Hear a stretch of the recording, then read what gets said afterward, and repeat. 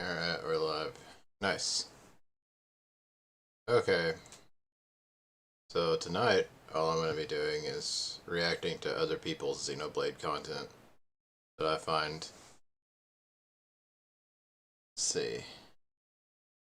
One of my favorite things to do is talk about my favorite game, so let me just hope YouTube's interface is being bad. Share.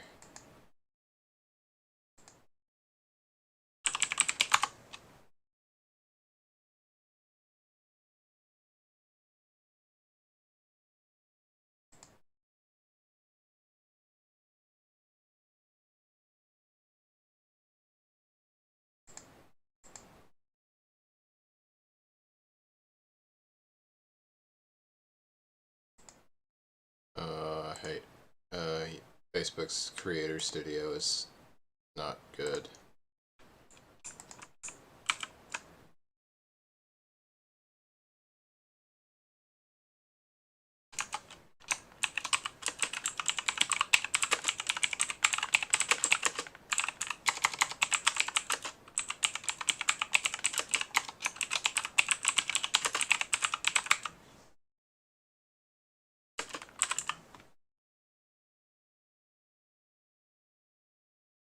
Okay. Alright, let's get started. I pulled up a video already. This is Anil's. It's one of his speedruns. It's a Bringer Chaos speedrun. I don't know if I've seen this one yet or not. Difficulty-wise, this is considered the hardest challenge in the entire game. It's the only 5-crown challenge, and it's on Bringer of Chaos, which is the hardest difficulty. Because of that, there's a lot of really interesting things you can do here. Yeah, it is the hardest. The strategy for this is pretty awesome. So at first, one thing we want to do is charge up our party meter a little bit with Rex's level 2 here. And then once we have enough party meter and we have enough to safely kill all the enemies with Corvin's level 1, we're going to do that. Now you're going to notice that's not going to automatically fill up our party meter, so we're still going to have to get some in the next phase. But the thing is, all that really matters is that we get past phase 1 as soon as possible, because as long as we can get to phase 2 fast, then wait. Yeah, he manipulates the AI so that Morag will stay on Dagus the entire time to give the buff. We'll spawn a little bit faster, and we can still save a little bit of time here. Now I have Omega Drive on Rex, so all I really have to do here is use some of Corvin's arts again on the Kuradol here, and I'll be alright. Now while he is enraged, you're going to be unable to break him without overdrive, which is why we really need to get our party meter as fast as possible here. So once I'm able. Yeah, this thing is nigh impossible to break. When I was fighting it, like, breaks are not consistent on this thing. The amount of tries that he must have done just to get that he's died or trying to get the break have to be insane. Because even like Master Scope and luck mods on Tora and stuff like that, it's this thing. And if you purge the enrage with Corvin, right, like you can't do that in a speedrun really. But if you purge the enrage with Corvin, then it just enrages again. It's a really annoying enemy. Even with high overdrive count, you're not guaranteed to break the Kuradol in this mission. And then a lot of other enemies spawn. To accomplish that, I'm able to swap to Elma and start up overdrive. Now Twin Bearer autocannon rage strikes almost going to kill me, but Tora gets a clutch break just in time here. Yeah, he was. We're gonna get ready to set up our damage over time effect. He also got his unbeatable proc, so he got like his 50% chance to survive lethal damage.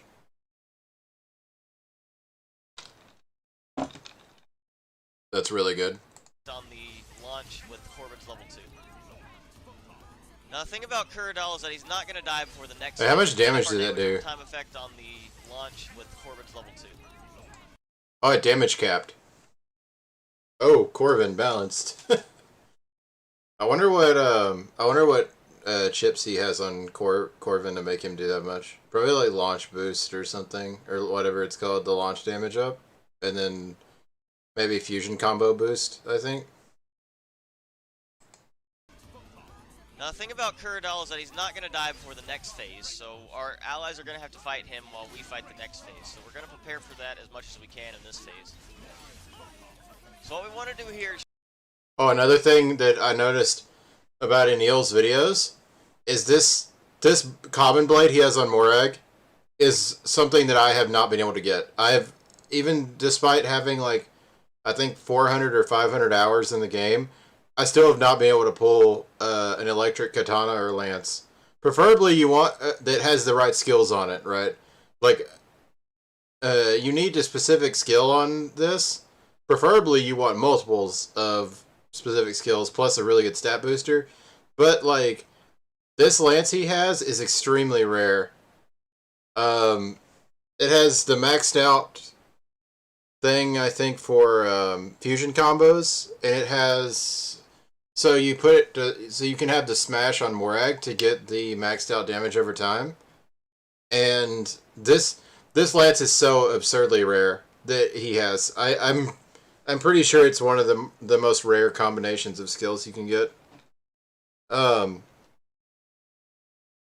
One thing people don't understand is Cosmos actually has a pretty absurdly high pull rate compared to like a phone gotcha or something.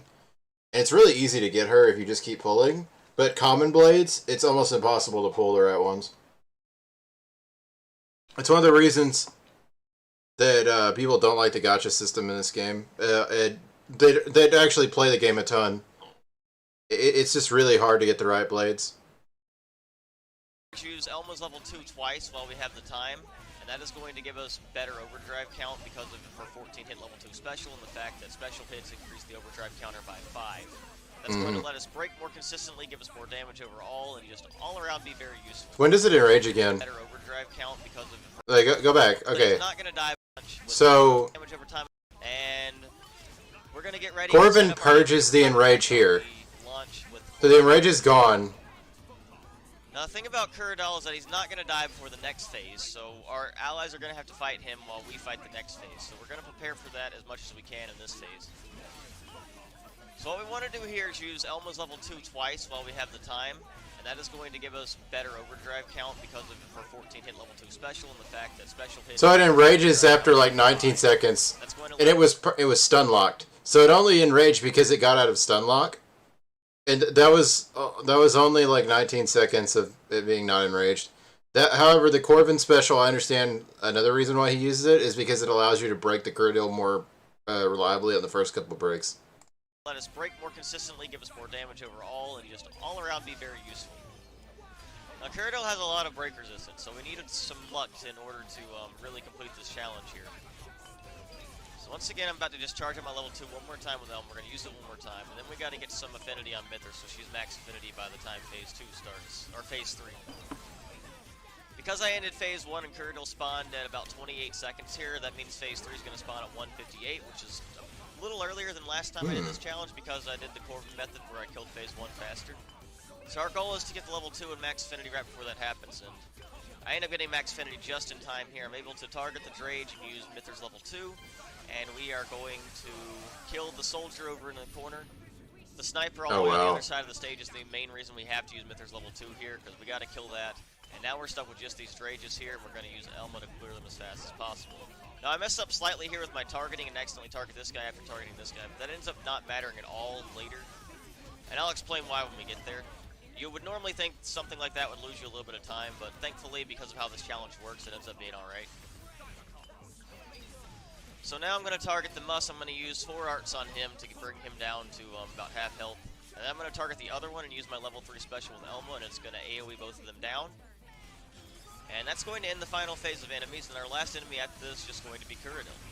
So, like I said, because of how the challenge works, it doesn't matter that I messed up in phase 3, because once Kuradil dies, if he is the last enemy to die, the challenge ends. And since he died right after I killed the phase 4 enemies, then that means the timing was going to work out that way anyway, no matter what I did. And as such, that is a really good time. 244 on 9th Imperial Armored Division on Bringer of Chaos. Extremely happy with that time. It's the last challenge I plan to upload. And with this, I hold almost all of the challenge mode records at once. Yeah, he has almost all of them. One of them, which I don't have a common blade for, so unfortunately I won't be able to get that one right now. But 71 out of 72 is not too bad, especially with what happened with the start. See, he's talking about it right there, the common blade thing. It's so hard to get the ones that you need.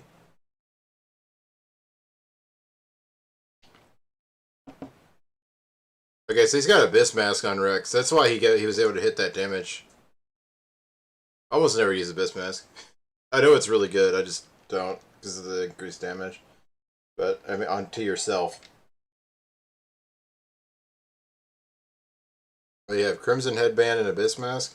Yeah. He's got extend topple duration on Morak for when Shulk topples. Uh, Overclocking Bangle. Yeah, I guess smash damage is like the only thing that you really can get that's more. Driver combo reliability on Tora. And cooldowns. Yeah, you need the party gauge gain really badly and Bringer Chaos. The way that I beat Armored Division, I think I did it in like 12 or 13 minutes, is like spamming chain attacks. So I would be invincible the entire time. That was like the only way I could beat that challenge. It was so hard. The thing is, you can get doomed by the Kuradil. Like that was I think I honestly got really lucky. I think I got really lucky. Is 2. I've got party meter gauge prioritized for my pouch items here, along with art recharge. So I basically have Victory Smoothie and Hot Ruby steamed on all 3 of my drivers because it's just gonna be our best option here. One thing you can actually do, if you don't want to, if you're playing on normal mode, right? Like as party gauge gain is nerfed on Bringer of Chaos, is you can, and the damage is nerfed by a lot too. But there are setups with like certain pouch items, especially you can do this early on. Um, you won't get like Omega drives and stuff until later, but you can make the party gauge gain so fast that you can constantly be chain attacking. Like the moment you get out of chain attack, you just get your party gauge back. It's really easy with Mithra too because she gets critical hits all the time.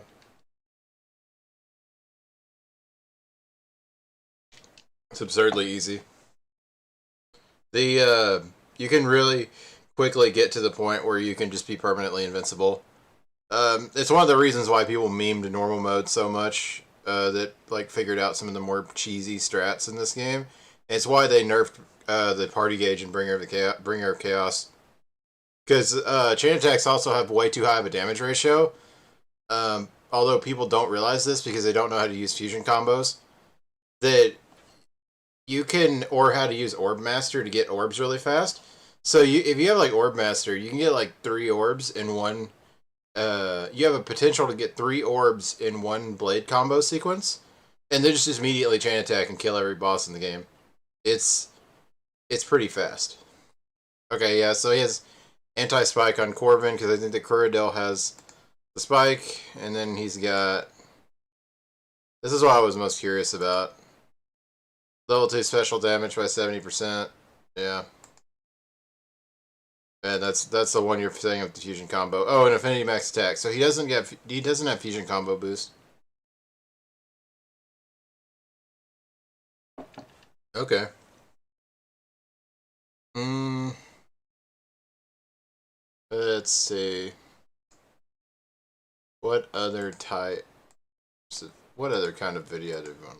I did a tier list a while back. I want to react to a tier list. Let's see if somebody put up a Xenoblade character tier list.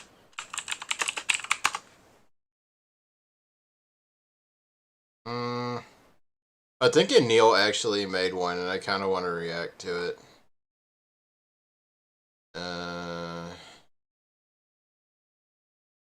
Where is Neil?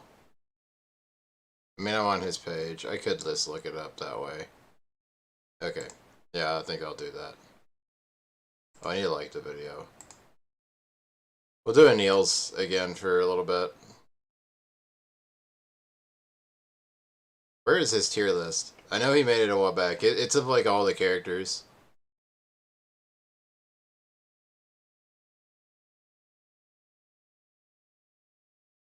Hmm.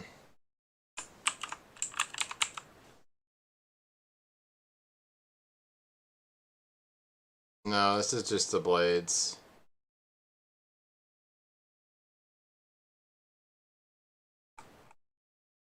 When did he do this? I know he did one.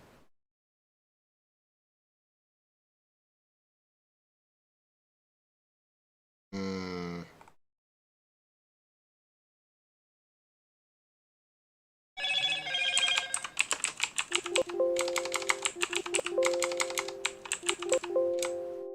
Oh, I can't spell.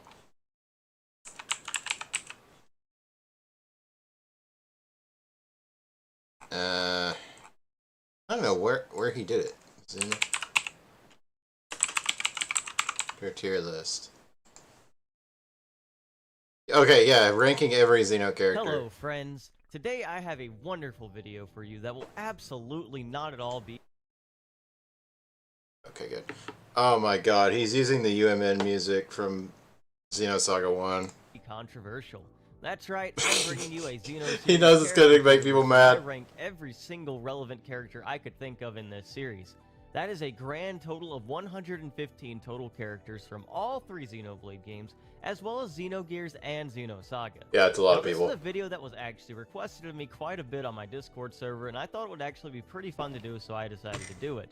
Now, this is going to be extremely subjective Dang, 47 because minutes. of the nature of the list, and it is just for fun, so please don't get mad at me if I have your favorite character placed lower than you would like. Oh no, people are gonna get I mad. rank them based on how good I think their characters are, as well as how likable and cool they were to me, so I at least tried to make a pretty decent tier list here. I give some reasoning for each character, but given how many characters there are, I do try to keep it short most of the time, so no detailed analysis of each character here, sorry. It is worth noting this list will contain characters from every game, and while I'll try to exclude all major spoilers, I could say a few things that could be considered minor spoilers about the characters, so watch at your own risk. I will have time steps for each tier, and if you see a character you don't recognize, you can just skip past them hopefully also. With all that done, let's get into this because I do think this is going to be a really fun video to make. So starting things off, you'll notice at the very bottom we have this unidentified tier, and that's because I didn't want to spoil its name. This is the Bose tier. It's a very dark place where only the character in the entire series can reach. He's not wrong though. Bose is definitely the worst. Well, Bose is terrible. His side quest isn't even that good. Like even when he gets character development, it's still like, why were you so terrible to begin with? That's weird. When you go to Streamlabs after this, it like minimizes it. Okay, well whatever. Let me see if I can make it full screen while I can still see the chat. I'll probably just have to pull it up on my phone.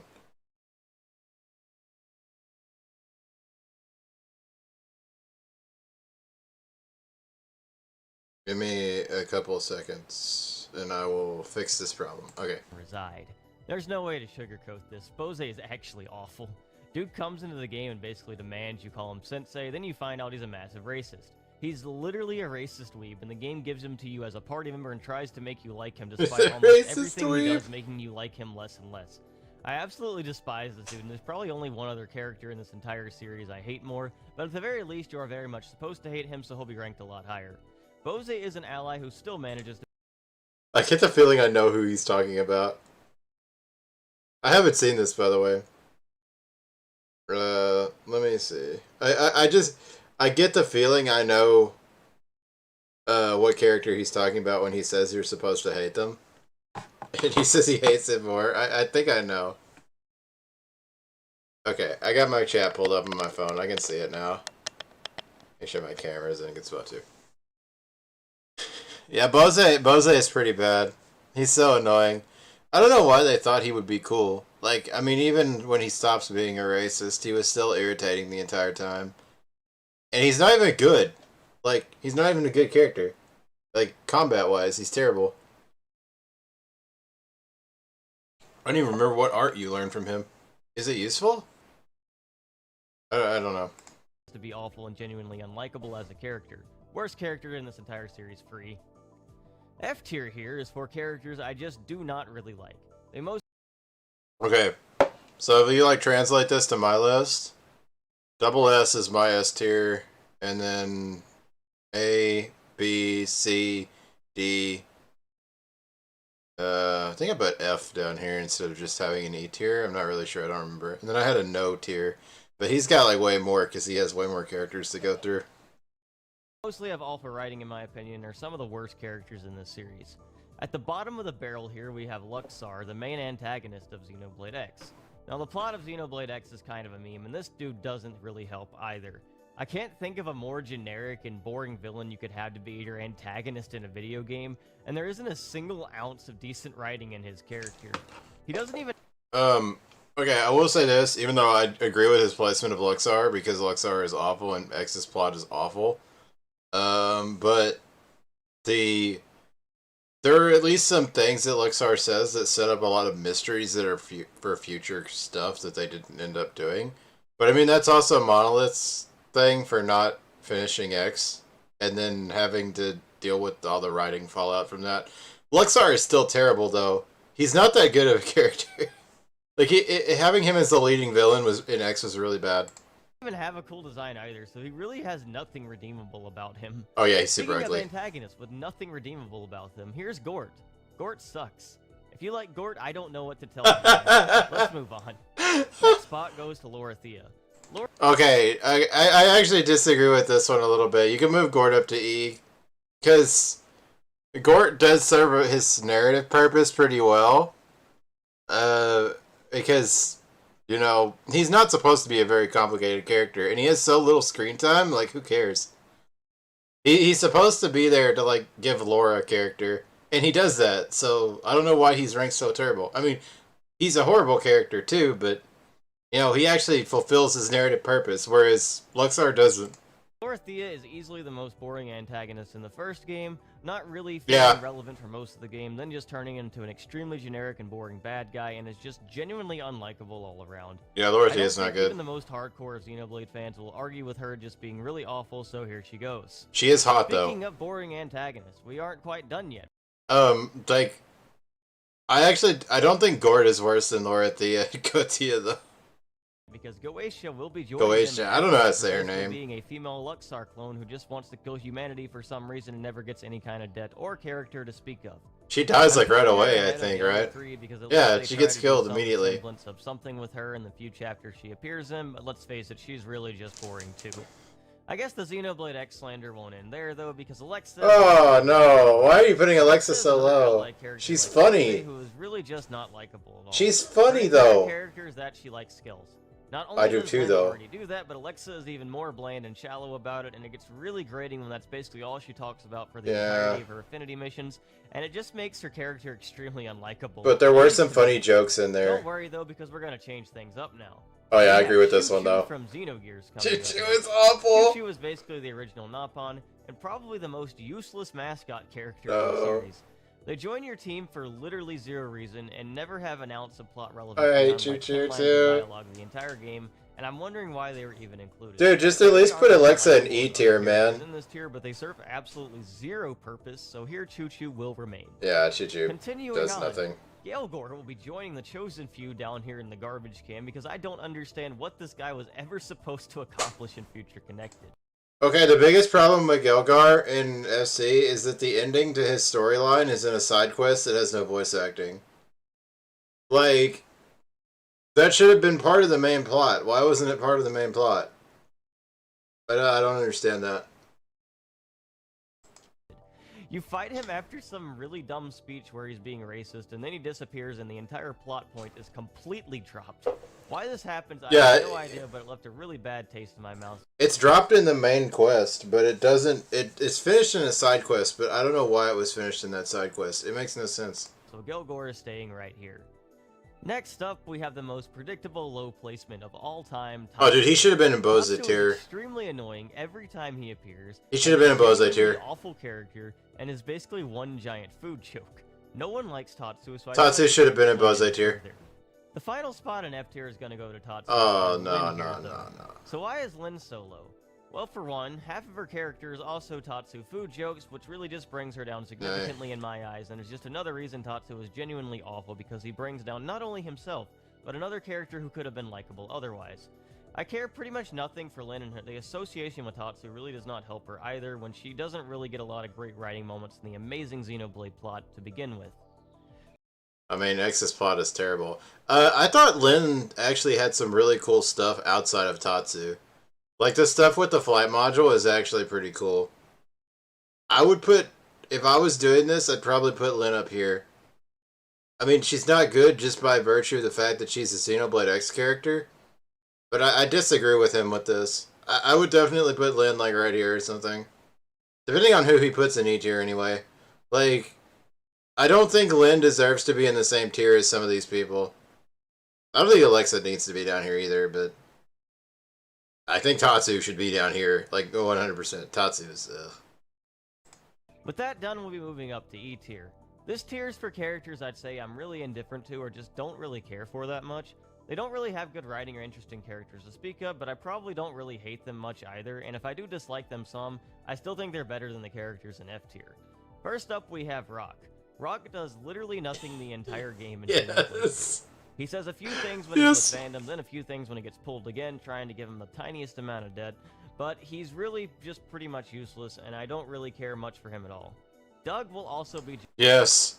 Rock, the member of the no tier, the worst character in Xenoblade 2.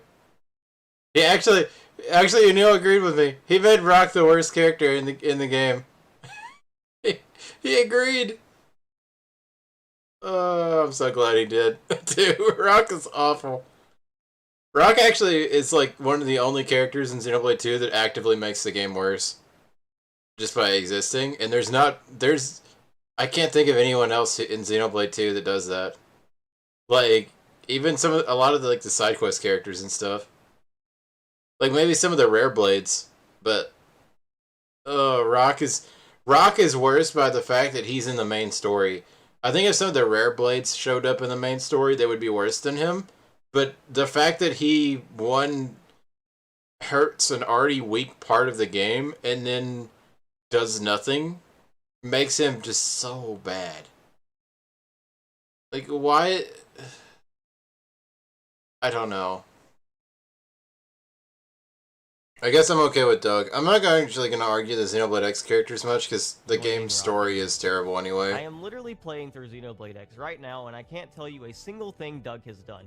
He's basically just Lao's friend and serves no real purpose despite being a playable party member who's like part of the main extended cast. He's got a thing with Lyn going on that's pretty neat. It's just really that boring. But, yeah, other than that, he's pretty boring. 104, we have Dromark. Oh, I won't have this Dromark slander. Members of the Xenoblade 2 cast, as most people will care more about Nia, much more than him, as he's basically just forgotten much of the story outside of a few times he decides to speak. You what? How dare you put Dromark in the same tier as Rock? Why? Dude, some of his lines are so cool though, and like he doesn't need a complicated role in the story. He's just the party's dad. Like he's cat dad.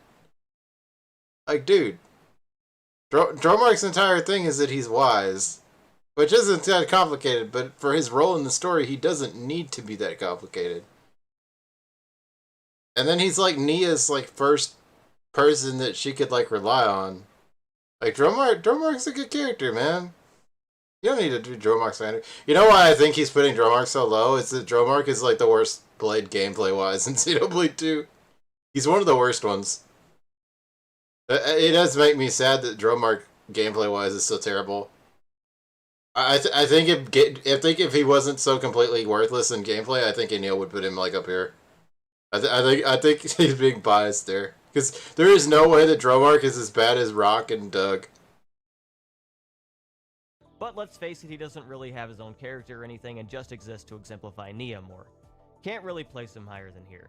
Next on our list is the lowest ranked Xenosaga character. I think that's an exaggeration, but you know, he does have a point there, but it's definitely an exaggeration, because Dromark does serve a purpose. Okay, I agree with this one completely. Xenosaga 2's antagonist is so terrible. That game is so bad anyway, but then, like, this dude is here. Sergius. Sergius. I just call this dude Space Pope personally. That's what I call him too. Space Pope only appears in Xenosaga 2 and is basically just a figurehead for one of the organization and doesn't seem to know anything about anything else going on. He's easily the weakest antagonist in Saga, and he probably has the most awful boss battle in the entire series. Yes. There's no real depth to him, so he's an easy E tier. Yeah, he's bad. Next we have Juju. Actually, I would put Sergius or whatever his name is like down here. I think he's actually almost as bad as Luxar, just because Xenosaga has such a good plot, and this guy just sticks out so much. He just makes Xenosaga 2 even worse. Now, I don't hate Juju, but it is undeniable that he's pretty much just a plot device in Xenoblade, so I can't really say I like him all that much either. And when this series has so many amazing characters, I cannot really place him higher than this. Next up, we have another member of the Extended X main cast, Arena.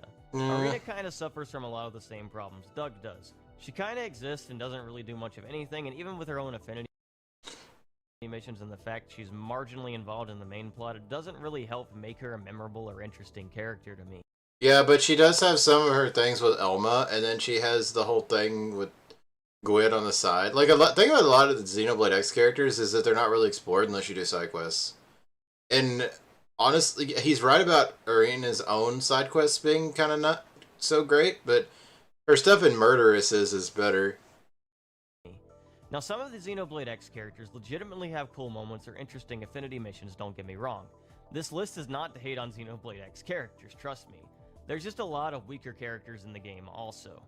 Hammer is up next. Now, Hammer is actually kind of an interesting character, showing how psychological issues related to inferiority can affect a person, and in some ways I think he had some pretty compelling writing, but a lot of his actions and involvement in the plot were also stupid, so I have a hard time placing him higher than this. Yeah, I agree with I just that. can't forgive him for one of the things he did, so here he will remain. Next up, we have Gwen. Oh, yeah. A trio of Xenoblade X supporting party members who are just kind of boring. In Gwen's defense, he's a bit more likable than the other two, hence he's placed higher, and I at least remember one of Gwen's affinity missions, so good on you, Gwen. Next. Okay, I'm going to massively disagree with him on Gwen, because if you do all the side stuff, you learn something about Gwen that's actually really creepy. Like, he is super creeping on Arena. Like, he is really gross. Like, you learn that he's been, like, in some of her stuff, that he's been super creepy to her. Even though she doesn't want... Like, she's friends with him, but she doesn't want anything to do with him, like, romantically. Especially because she's been implied to be in love with Elma anyway. So, all of his... Because she knows that he likes her, but he acts, like, super perverted and weird to her. Like, he's super creepy. So I would, like, put him down here. Gadot. Gadot is a plot device filler antagonist who serves as Charlotte's motivation for basically being part of the party, and the entire time he exists in the story, he doesn't really do much of anything to stand out or make me care for him as a character, so I think E tier is appropriate. I agree with that one. After that, we have Fog. Now, remember when I said that some X characters do have compelling affinity missions and are very likable? Well, Foggin is not included in that list. In fact, Fogg's mission really just plays up how passive and boring he is as essentially part of his personality. And his affinity missions are also trying to make up with his brother and explain and resolve their conflict, and it's alright as a storyline, but I didn't really ever feel like I was that invested in it myself, so I don't really care for Fog all that much. Yeah, he wasn't that great. Will also be joining the ranks of E tier. Now, he only really has a character in Torna, and even during Torna he's not really all that relevant, but he does have a couple decent moments when he does appear. Still, he doesn't really have any noticeable character or anything to really make him stand out, so it's hard to really place him higher. Sorry to all of the hardcore Aegeon fans out there. Yeah, if Aegeon wasn't in Torna, I probably would have ranked him way lower. I think I said that in my own video. Next up, I'd have to put Billy Lee Black from Xenogears. So Xenogears is kind of odd because half of the main cast gets a lot of development and focus, and the other half gets a small character arc when they join the main cast, and then they become completely irrelevant the rest of the game. Yeah. Billy is unfortunately in the latter half of this. He has a minor character arc when he's first introduced. I would still put Billy higher than this because his introductory arc is pretty good, and it does a lot for the story too. When the fact that Rico is not put lower than Billy in that regard because he has the same problem, but Rico's stuff is even less so. Like Rico's stuff ends up being not very important at all, and is kind of flat, while Billy, his stuff is actually interesting and has to do a lot with what's going on. But he is right about Xenogears' cast. Like, half of them don't do anything. They just sit around after they get introduced to the party, and like they join permanently. His intro part is really cool though. Billy does have one of the cooler arcs that puts him in the story. I would move him up somewhere because I think he's better than Rico. The fact that Rico hasn't shown up yet, actually, I don't agree with at all. Related to his father and his beliefs, but after that it gets resolved, he completely disappears for the rest of the game.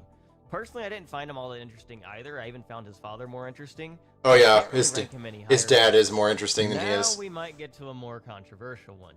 I'm putting Zanza in E tier. So one thing you'll notice is that I have Klaus and Zanza listed separately because I think they're pretty vastly different since Xenoblade 2 focuses a lot on Klaus and that part of him, so I decided to focus on Zanza on his own merits and what he does specifically in Xenoblade 1. As I mentioned in my long analysis video, I find Zanza to be an incredibly weak final villain in the game since he's not really there for much of the game to get development, and he just comes in and turns into generic JRPG god, and I just really did not care for that at all. The thing is, Zanza isn't Xenoblade's god, it's Alvis. And he's there for like most of the game. He shows up even what, like a third of the way through, and he has scenes. He has some influence in scenes, and everyone talks about him. Like, he doesn't have to be on screen for him to have an effect on the plot either. It's Zanza fulfills his narrative role because Alvis is the monado, like the monad, and Zanza is like, oh, I don't ever remember the name of this, but it's like the religious references they use. It's actually what Egil's mech is called, but I don't ever remember the name of it because it's too complicated to say. That's the figure in that mythology or whatever that Zanza is supposed to represent. And yeah, like, I don't know. I think Zanza should be higher than that. Not much higher though. I don't think Zanza is particularly interesting, but I think his part on the plot is played well, at least. I don't think he needs. The thing is, Zanza exists to make Alvis a better character, which he does. So like, he should be higher than this, because Zanza is. He serves his role in the plot, and it makes sense. So like, I don't understand why he's so low. Still, he's definitely better than Luxar, so he at least has that going for him, but I can't really place him higher than this because he is pretty generic and just not that interesting outside of his really sick design. I disagree with this heavily, actually. I don't think Zanza should be higher than D tier, but I disagree heavily with his reasoning as to why Zanza is down here, because it really misses the point of some of the parts of Xenoblade 1's plot. Speaking of Xenoblade 1's antagonist, I'm also going to put Dixon here as well. Dixon really should have been so much better than he is, but the writing really let him down later on in the game, when the big twist happens as his character has basically no depth, and he turns very one-dimensional when he really... I think Dixon is also better than he's giving him credit for, but he raises valid points with this one, unlike the Zanza one, where it's kind of logically flawed. Like, Dixon, the biggest problem is that in Xenoblade 1, they basically spoil all of the twists by constantly making the characters do things like turn to the camera and do something like, oh, I am evil, kind of thing. And making the twists obvious. Like, Xenoblade 1 does this in a lot of cases, and not just with the visions. It has very heavy-handed foreshadowing to try to make sure that everything lands. But in a lot of ways, that actually hurts it. And that was, I think, one of the biggest problems with Xenoblade 1. Really should have been a very compelling character. Once again, not a fan of him because of this and can't really rank him any higher. Anyway, back to the regularly scheduled Xenoblade X characters. Here we have Fog's brother, Fry. Now, Fry is the hot-headed and dangerous brother. And Fry's pretty cool. A lot of his Infinity missions are about letting them make up, but Fry isn't really that interesting either, even if a bit more so than Fog. So he's just going to join his brother down here in E tier. Next up, we have Azurta. Now, Azurta is kind of similar to Jero Mark to me, but he has a few better moments in the Chapter 1 and Torna, and of course the game's ending that kind of lets him set apart, instead of just being the cute mascot character who only occasionally contributes, so I will place him a bit higher even if I don't really care for him too much. I think Azurta's relationship with Rex makes him a lot better of a character than this. Because there is a little bit of depth into that. And I'm going to go into that more in my Rex video. But I would put Azurta, like, up here. I would put a lot of characters in D tier because of the ones that he currently has in E. Because a lot of the ones in E right now are really bad. And I think some of the ones in E are actually should be worse than what he's putting. Azerta... You know, I was tempted to rank him lower than I did, but then I thought about it, and I was like, oh no, Azerta actually does have a lot of depth in some instances. And he gives Rex more depth in some instances, too. Next up, we have Gajarg. Gajarg is the character who probably should have been a party member but wasn't, and is also just not all that interesting anyway. I don't really have a ton of things to say about Gajarg, but I also don't hate him either, so this tier seems appropriate. His voice actor makes him cool. In E tier is gonna be Kino. Kino's main issue is that Future Connected is not very long at all, so he has no time to really develop. He's just here to try to become a hero pawn like his... How dare you rank Kino so low. Kino's arc is so cute. It's so good with Riki, dude. Riki's kids would be like up here for me. Like, their moments give Riki so much character, dude. And Kino... Kino is, he was entertaining enough for me to be like in C. I'd put, like, his sister up here, but... his father, Riki. Some of the quiet moments can be touching, but he doesn't actually do all that much in the story, and I didn't really find myself caring about him all that much. I mean, neither does Shulk, though. Shulk doesn't really do much in Future Connected, either. The only one who does anything story-wise is Melia. Like, Shulk invents the thing that allows them to win. That is literally Shulk's contribution to the plot. He actually doesn't even have that much, like, emotional stuff that wasn't already explored in the main game. So Shulk is actually the least interesting character in Future Connected. Like, Shulk's role in Future Connected is actually bad. Much, so I can't really place him that high myself, since he basically just exists because you needed party members. Alright, D tier time. These characters are ones I would consider to be pretty decent. I may not like them as much as characters above them, and may not think they're the strongest characters ever, but I do think they're still pretty good for what they're supposed to do. Normally this low in a list wouldn't be decent characters, but once again I think Xeno just has a lot of really good characters, so we're already getting to characters I like this soon. So what you're saying is where Zanza and Dixon should probably be. I like Milton, but he is undeniably a plot device character for Mithra. Still, he has some pretty nice moments during Torna, and his relationship with Mithra was definitely really cool to see over the course of that game, so I've got a soft spot for the little kid. Next up, we have Vinaya. I like Vinaya, but she doesn't really do all that much, which is why she's just going to be placed here. Yeah. It's going to be a similar story with a lot of characters in this tier. Many are just genuinely pretty likable side characters, I think, that just didn't get much of a chance to do anything and appear in only a few cutscenes. So same thing is going to happen with Mayneth, who I'm also going to put right next to her since they're pretty intertwined with in my mind. Mayneth is definitely cool as kind of the supporting side against Zanza, but she doesn't actually get to do all that much herself, so it's hard for me to really place her any higher. Yeah, I agree with that one. Next up, we have Wise Man from Xenogears. Wise Man is another pretty cool character that doesn't get a ton of spotlight, but it's pretty important to Faye's backstory and development, and I like him for the scenes he appears in. The Wise Man scenes were really cool. From Xenoblade X. Now, despite not even being playable and being a more supported character, I actually think Vandom is pretty cool with his personality and contributions and all. Yeah, Vandom was awesome in X. But I think he's definitely worthy of a D tier here, since I genuinely enjoy his presence in Xenoblade X. Plus, he's there basically every chapter and in a lot of side content, so he actually does manage to be pretty relevant. Next up, we have Captain Matthews from Xenosaga.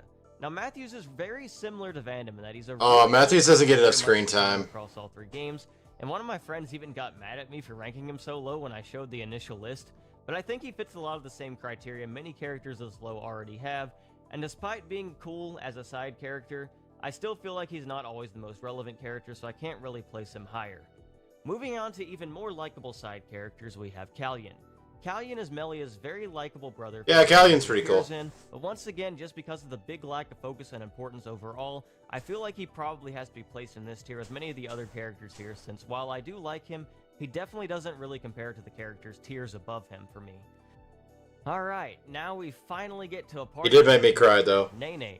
Nene suffers from a lot of the issues Kino does. Okay, so he did put Nene one level above Kino, so I agree with that. I like to play as her, or the fact that she's just really likable when she talks, but Nene is definitely pretty solid.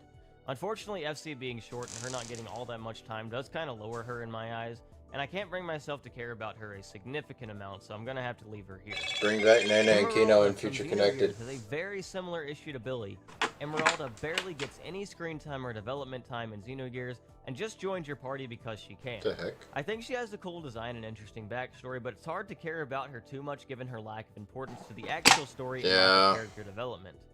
Tyrea is the next character on our list here. Between Emeralda was such a waste. Plus the Definitive Edition, Emeralda was such a wasted character in terms of potential. And you know, in the original script for this, she was probably supposed to be way more important to the Gears' plot than she is. But, like, they just didn't have time to finish the game. That's the biggest problem with most of the Gears characters on here, is that they just couldn't finish the game. So, a lot of them ended up being worse characters. Excuse me. Ended up being worse characters than what they should be. and the nice character moments in Future Connected, I think she's worth being on this list.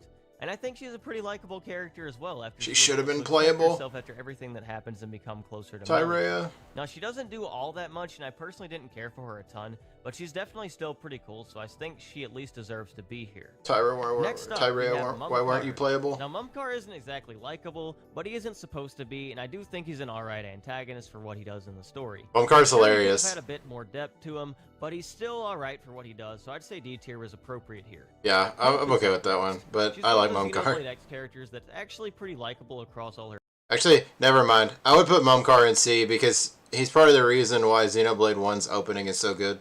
affinity missions, even if she's a bit one-dimensional as a very nice girl. Plus, some of the I would put Hope lower because Hope has some really hypocritical things that she does that are really frustrating. And her whole character arc is I am a saint and I am always morally correct, which ends up being like true in basically every instance that they're in X, except that she's like slightly deceived by someone else, and it's just like, I don't know. Hope is just not that good of a character. stuff related to her is very memorable as well. Definitely better than the other Xenoblade X party members that we've seen so far. There are, yeah, Rico there are from some Gears okay is up parts. next, once again being in the half of the playable cast that doesn't get much focus outside of their initial character arc. I actually think that Rico's arc is pretty good, but just basically making him completely irrelevant afterwards besides some moments with Hammer just kind of makes him a bit hard to place higher than this in my eyes, since his own personal arc didn't really blow me out of the water, and his irrelevance to the game's narrative afterwards is once again odd for a main party member. This is what I was talking about earlier. I would have definitely put Billy up higher than Rico because Billy's arc has more to do with what's going on than Rico's does. Even after it's finished. Like, you still understand why Billy's arc is important to the plot, while Rico's has very little importance. It has some, but not really. Next up, another Gears character, Margaret, or Margie. She's a supporting character in the game who actually ends up getting more focus than some of the party members, which is very odd, but she is also very likable for the time. But not odd for Gears. Gears has a lot of side characters to get way more focus than any of the party members. She appears and contributes a decent amount to Bart's own character, so I think she's worth putting in D tier. Next up, we have Gainen Kukai, or Negredo. He's very similar to a lot of characters already here in that he's a supporting character. Yeah, I'm He okay with basically Gaiden serves being to help here. both Junior and Albedo further as characters, and throughout the games he's genuinely pretty likable for the things he does, which means he's pretty good in his current location. Charla is up next, basically being the first party member from the first Xenoblade game on this list. Charla's okay, but she suffers a lot from not being super important at all, and feels like she's just along for the ride much of the time. Still, Yeah. she doesn't become as irrelevant as a lot of the Xenogears cast, and she has some good moments, so she does have that going for her. But as far as her own character, I can't really place her any higher than D tier, since I didn't really care much about her myself. She's got a really cool Continuing personality, on, though. We have Akos, the lowest ranked antagonist from Xenoblade 2, unless you count Gort. Now, Akos has some funny... Charla also suffers from being gameplay-wise an absolute, like, nightmare because she's so bad. She actually ruins one of the core game mechanics. I'm okay with Akos being here. funny lines and some cool moments, but overall I think he's a bit weak outside of that. Put I Petroka would've put lower. Petroka with him too, but I also considered some of the non-canon New Game Plus stuff, so I have her a bit higher, whereas Akos I didn't really get much of a reason to care about him, and while he's alright as an antagonist for his purpose, he doesn't really measure up to the other antagonists in Xenoblade 2. Even with that, I'd still From put Xenosaga Petroka will be lower. Next. Once again, he's more of a supporting character, but he does have some really cool moments in a spin-off mobile game that doesn't even exist anymore. And he Rip. also has some cool things in Saga 2 that makes him not completely boring as a side character. By the way, can we get Saga remakes that tell the entire story so we don't have to go hunting for side materials to learn everything about the plot? Please. And overall, I definitely think he's a pretty cool, so D tier seems very appropriate here. Next character is Yelv. Yelv doesn't seem all that special on the surface, but his affinity missions really contribute to some interesting lore surrounding Xenoblade X that kind of makes me think a bit higher than him than I may have normally. Yeah, he has that huge plot twist that's actually animated at the end of his end of his plot. He was actually supposed to be the main character of X before they switched to an online model and let you create your protagonist. He was supposed to be the main character. Plus, the story in his missions is moderately compelling, so I do think Yelv is a decent enough... This is actually true, too. They said this in interviews. Yelv was supposed to be the main character of X. ...character in X to be ranked here. The final character I have at the top of D tier here is Bridget. Now, Bridget didn't really do enough for me to want to... No! I feel like she's one of the weaker parts of the Xenoblade 2 main cast. Put her in A! She doesn't really do much besides make fun of Mithra.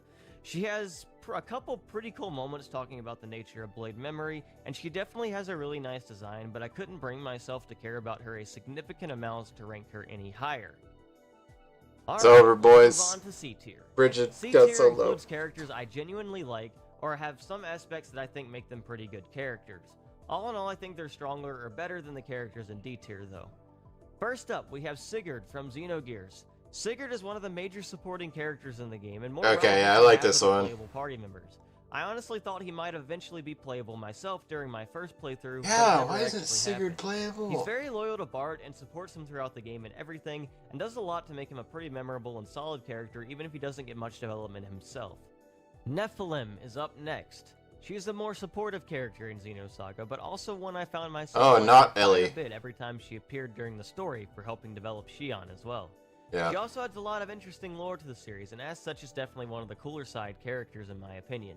Yeah, not Ellie is pretty good. She's one of the antagonists in Xenosaga and could be considered a foil to Jin.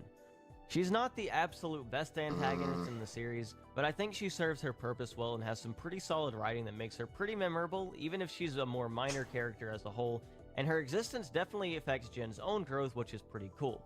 It's better than Telos, at least. Honestly, I think Menoth is a really cool dude. He has a really cool weapon, he's a likable guy, and his background with the mount is honestly pretty interesting. He may not do a ton in Torna, but I still liked him a pretty solid amount, so I think this is a good spot for him. Ricky is up next. Now, a lot of people really like Ricky, and I can't say I've ever been one of those people, but I will say he's still genuinely pretty likable. I think he has a very weak character for a member of the main cast, but he also has a lot of good moments when he... Dude, the thing about Ricky is he doesn't need, like, really strong... or really, I don't say strong, like, he doesn't need complicated motivations. He's literally along to take care of his family. Like, he's a dad. That's all he needs. That's literally all he needs is he's a dad and he's along to protect his family. Like, that's what Ricky's there for. Like, he is the emotional pillar. I mean, that's technically also Ryan, and Ryan does it more often, but Ricky was pretty good. I'm glad he's in C tier at least. He's up there with Menoth and Sigurd. That's okay. When he does appear, and his heart-to-hearts and stories from Nene and Keto and Future Connected also serve to make him just an all-around likable guy, even if he doesn't serve all that much purpose in the Xenoblade plot or have much of a reason to be there. As such, I think C tier is a good place. He's also stupidly overpowered. Voyager is the next character, and I'd say he's definitely the weakest of the Testaments in Xenosaga. Yeah. Much of what makes him super interesting and detestable as an antagonist is in a mobile game that does not exist anymore that expands. Why is this stuff not in the games and it's in a phone game that no one can access? I did not like Voyager. I didn't ever play any of the Xenosaga side content. I mean, obviously most of it's in Japanese. But Saga went through so much problems when it was being created that it's lacking a lot of stuff that it needs to put some of its characters together, and I feel like Voyager and Ziggy were kind of in that area. Upon Ziggy's backstory, and his actual appearances in Saga games don't make him super interesting. Regardless, I think Voyager functions pretty well as an antagonist if you have the full story, And in the other Saga games, he's still one of those characters you really just want to kill, so he does his purpose pretty well. That's true. Next up, we have Petroka. As far as her canon story involvement, I have pretty similar feelings to her as Akos, maybe even a little less though of her, but I Bro.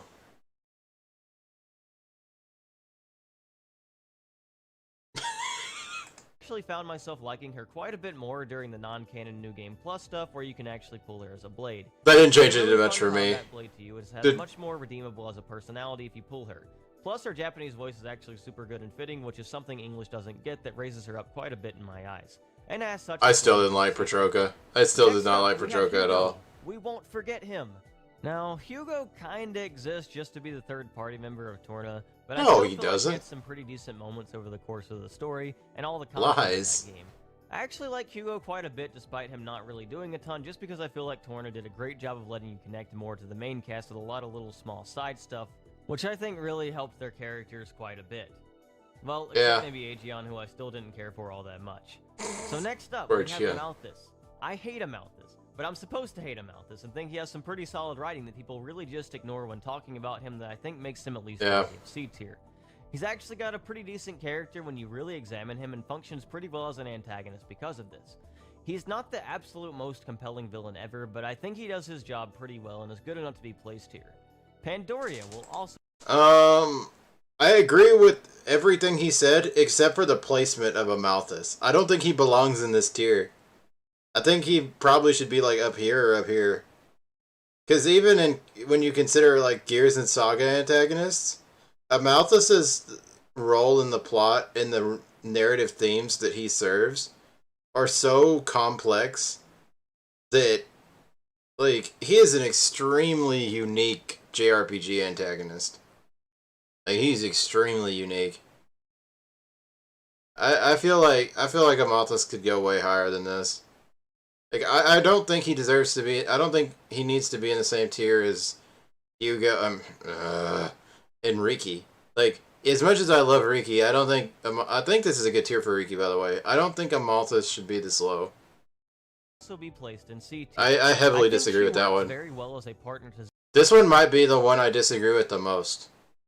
I also don't think I think Pandoria being better than Amalthus is actually pretty bad too. Zeke to give him some extra depth, and has a pretty decent character of her own, even if it isn't expanded upon much. That's a pretty Her hot ability take. to Zeke and willingness to by participate Neil in Lawyer. his antics makes her very likable in my opinion, and definitely worth the placement here. Next up, we have Miss Sharon Effinger, also known as Murderess. Murderess is easily one of the most interesting Yeah. party members in Xenoblade X, and has some really cool affinity missions and a pretty nice character, all things considered. Murderous She seems is cool. super unlikable at first, but once you learn more about her, I ended up liking her quite a bit. Yeah, I'm Murderous gonna is put really Dunban cool. up here next. I talked about how Dunban is a character who had a lot of wasted potential in that huge video about Xenoblade 1, and Yeah. I still think that's true. But Dunban is still a pretty cool guy. I agree with for what he that. actually does in the story, and it's difficult not to like him or at least appreciate his cool moments. I wish he did more after joining Shulk, but at least he isn't as wasted as some of the other characters on this list, so I think he's pretty well placed right now. Dunban is really cool, Next, we have one so of the best side characters in the series, Febronia. I think Febronia does a great Oh, job contributing man. to other characters' development. Give me the feels especially there with Virgil. And Feb. also has some really great moments on her own that make her stand out quite a bit from a lot of the other side characters. Her role in A lot of the Xenosaga moments is she's so involved in sad. is very touching and can definitely leave an emotional impact on you. It's so sad. Telos, also from Xenosaga, will come next. Now, Telos is interesting because she's not actually all that relevant in Xenosaga, all things considered. She's only in the third game and doesn't actually appear all that much in that game or have much character. You'd think with her being promoted so much she'd be more relevant, but that actually isn't the case, and I'm always so confused at how she's so popular. She's Still, hot. she does expand on the That's lore of the why. series in Cosmos a lot, and she has a really nice design and cool guest appearances, so I like her quite a bit still, so I think C tier is a decent enough ranking for her. She's hot evil Cosmos, that's why she's popular. The thing with Telos is well, one, I don't like her design actually. Like, I don't like her clothes. The other thing is, like, personality wise, she's pretty flat compared to all the other antagonists. I would actually put Pellegrini above Telos. Cause Telos' role in the plot is basically Shadow the Hedgehog, and it's not very good compared to all the other stuff in Xenosaga 3. Xenosaga 3 has some of the strongest villains in a JRPG, and Telos is there and not very compelling at all. She doesn't get a good arc. She's basically a super flat evil character. She exists to be evil Cosmos. Like, I mean, I I agree with his points there, but I also think she should be like way down. Maybe not in E, but maybe like the bottom, like near the bottom of D tier. Because yeah, Cosmos' stuff with her is really cool, but she's basically like the T-1000 was in Terminator 2, in terms of like what her story role is. What plus Shadow the Hedgehog, and it's not good. She's such a wasted character. They could have done so much with Telos, and they didn't. And she's still popular because she's designed by Choco, so she's gonna be popular. That's just how it goes. And she's evil Cosmos, and people love Cosmos. And Cosmos, if Cosmos probably on this list should be in double S tier, so evil Cosmos is obviously going to be really popular. Cosmos is one of the most beloved video game characters of all time, so evil Cosmos will, by that logic, will be popular. Same reason like Shadow the Hedgehog's popular. Actually, it's not based off anything. It's just people like her and her design. She's still not a very strong character. Just you have to realize that Saga has some of the like aside from Space Pope down there, has some of the best antagonists of any video game on the planet, and Telos compared to them is awful. Like compare her to Margulis or Red Testament, and it's like, oh wow, this character is just so garbage compared to them. Like she does nothing. I actually think Voyager is cooler than her. And Voyager isn't that great either. Blue Testament is better than her too.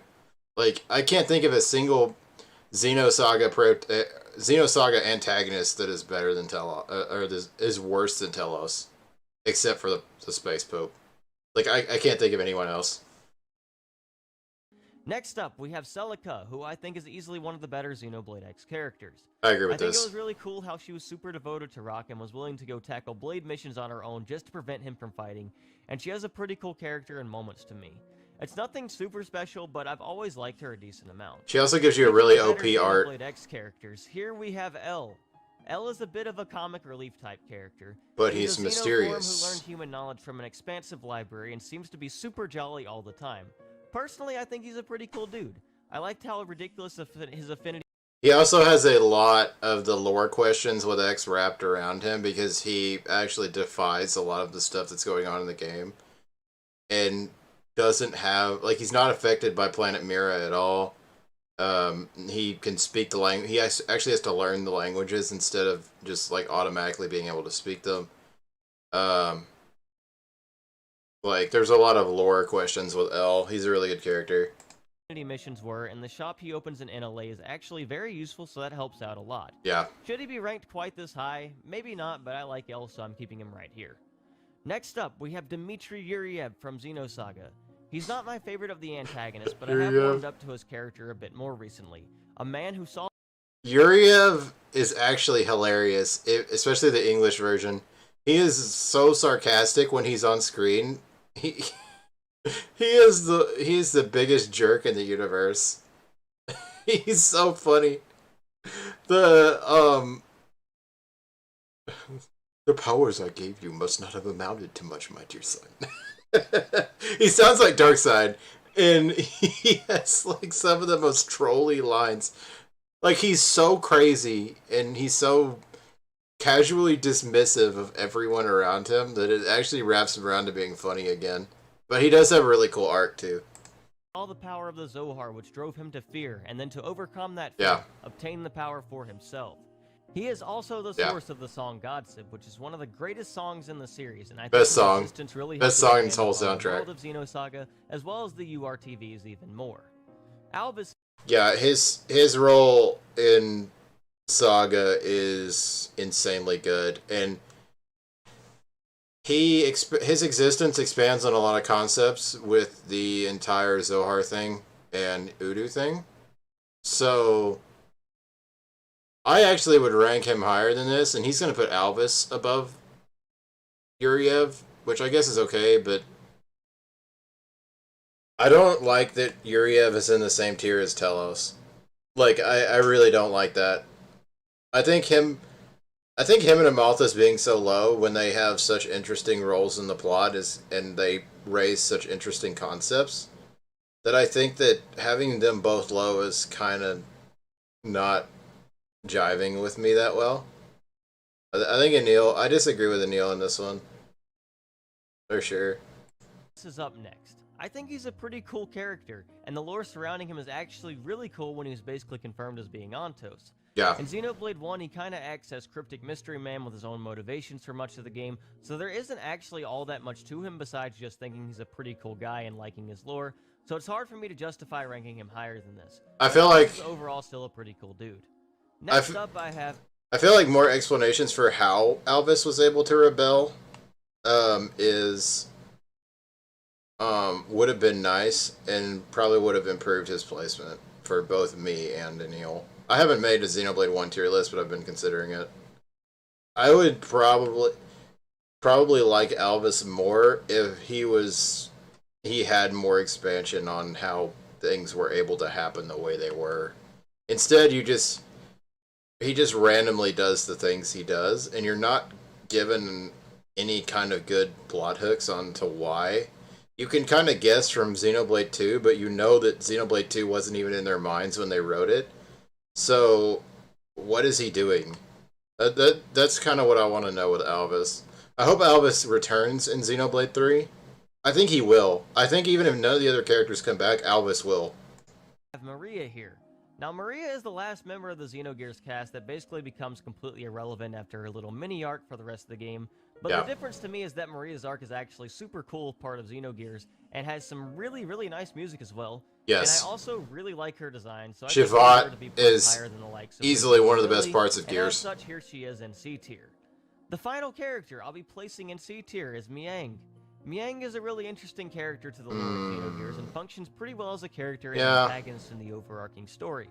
I He guess doesn't I get can as much agree with this development one. and isn't as interesting as many of the other antagonists in the game, in my opinion, but I think she's still pretty cool despite that, just because of what she is, that I will not spoil right now. Yeah. Still, Miang is pretty neat. I would rank Yuriev above Miang. I don't even think this is another one that really like bothers me that he put Telos here because Miang is way better than Telos by a lot. And while I can't justify her in a higher tier than this, I think she is at least worthy of being here. Alright. I think she should be in B at least. These are the characters I like quite a bit.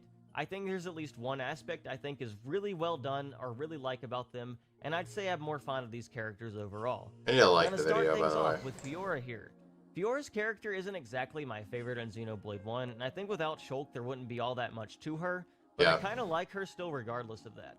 Maybe it's because she's super good in Xenoblade 2 and very fun in that game, or maybe there's just something decently captivating about her, but despite her character not being the absolute greatest thing ever, I still decided I like her more than pretty much everyone in C tier and below, so here she is. Next up, we have Pyra. Now, it's really funny, because people seem to think I hate Pyra, and that's probably because I just meme about her a lot, especially compared to Mithra, whom I like much more, but I actually like Pyra decently. I've Yeah, gotten Pyra is more of an cool. appreciation for her recently because of what she represents for Mithra's character, and after learning some more about dissociative identity disorder and despite how much I might meme her, I like her a heck of a lot more than most RPG characters and will defend her to the death against someone like Edelgard or something.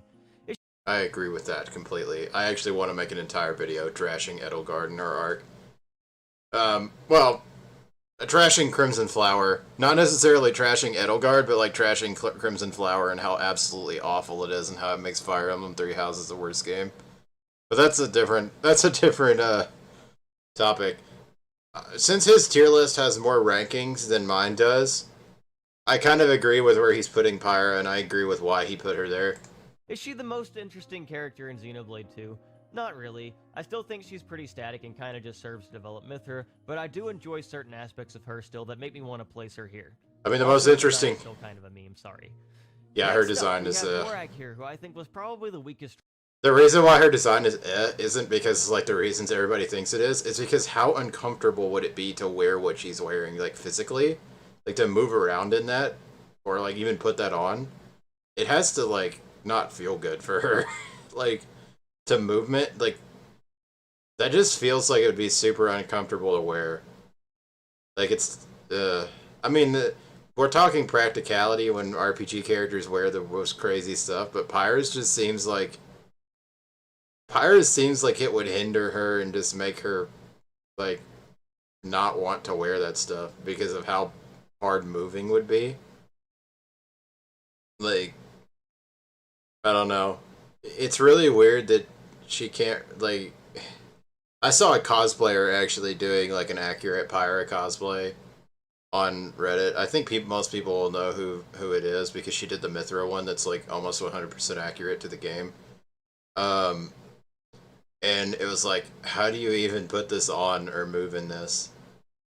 Like, the Smash redesign of Pyra is so good compared to the game because it actually makes it feel like it's something that a human being could actually wear and move around in.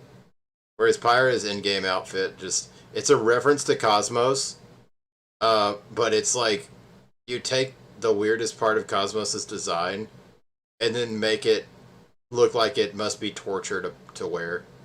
Like Cosmos actually looks like she could be wearing it. Pyra is like I don't know.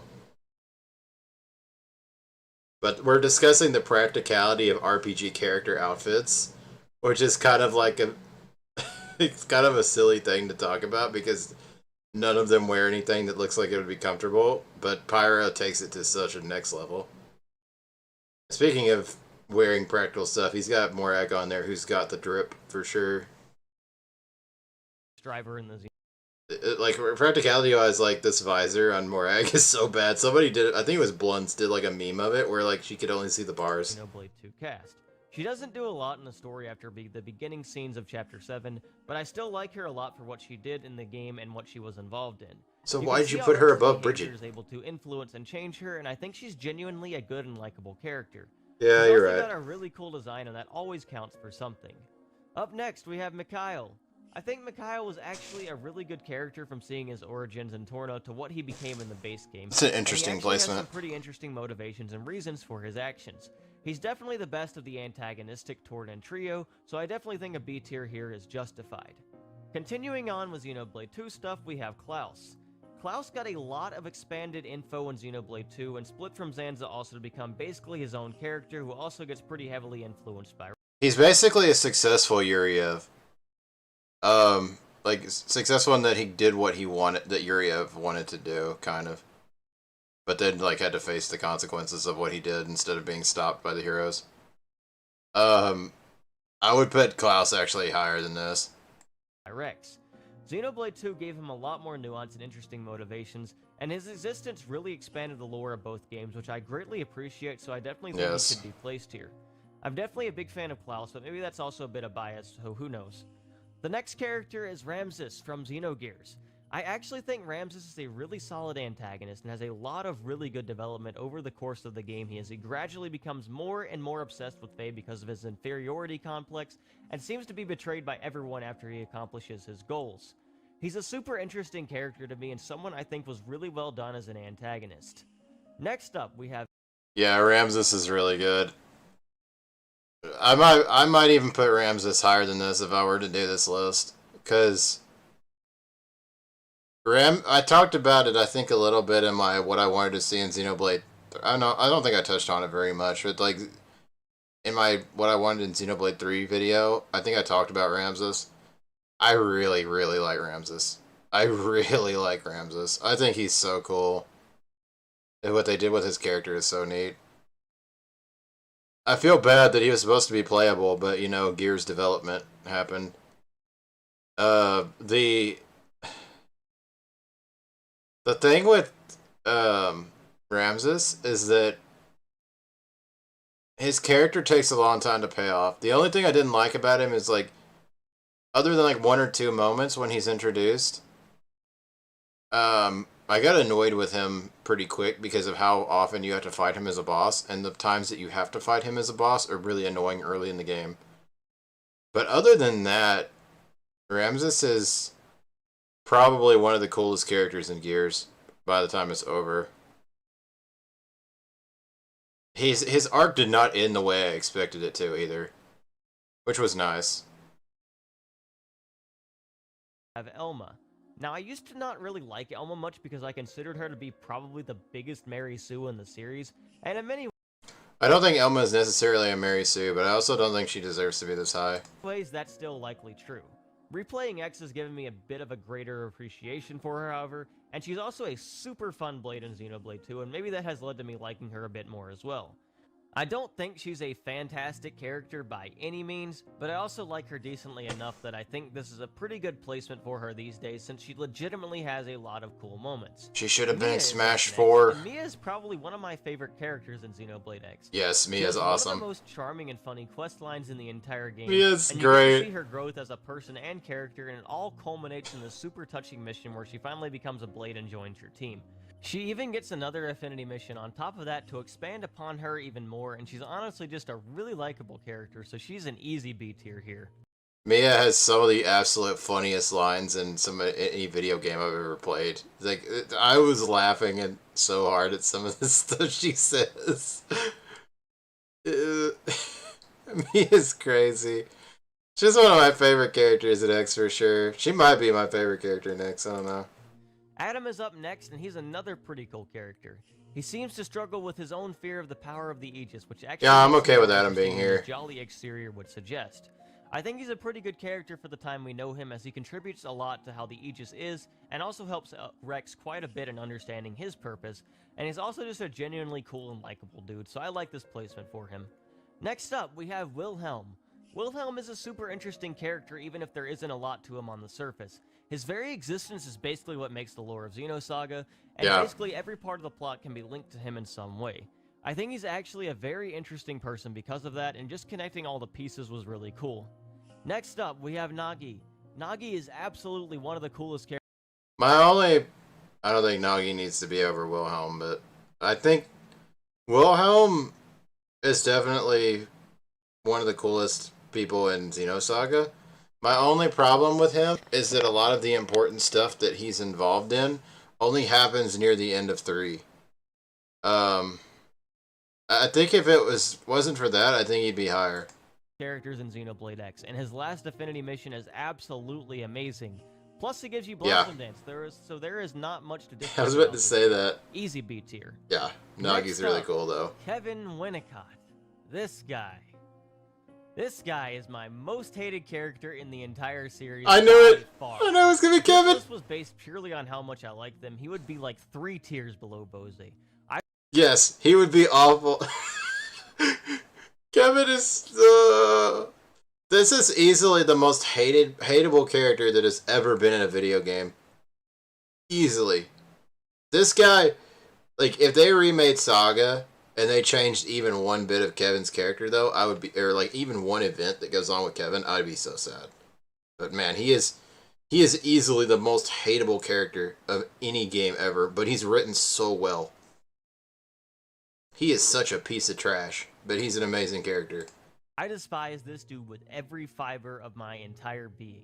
Screw Kevin Winnicott, easily the most hateable character this franchise has to offer. Yeah, he's So if I hate garbage. him that much, why is he in B tier? Well, because you are absolutely supposed to hate this dude, and that to me is a sign of good writing. Yeah. I think he actually serves his purpose in the story well for what he actually does, and even if I hate him, I think that's at least worthy of giving him a B tier. Screw Kevin, though. Screw Next up, Kevin. we have I knew when he said that he hated a character more than Bose, but they were written well, so he was going to put them higher. I knew it was going to be Kevin. Like, I don't think I've met anyone that played Xenosaga that doesn't rant about how much they hate this guy. They did such a good job on making him the most despicable person to ever live.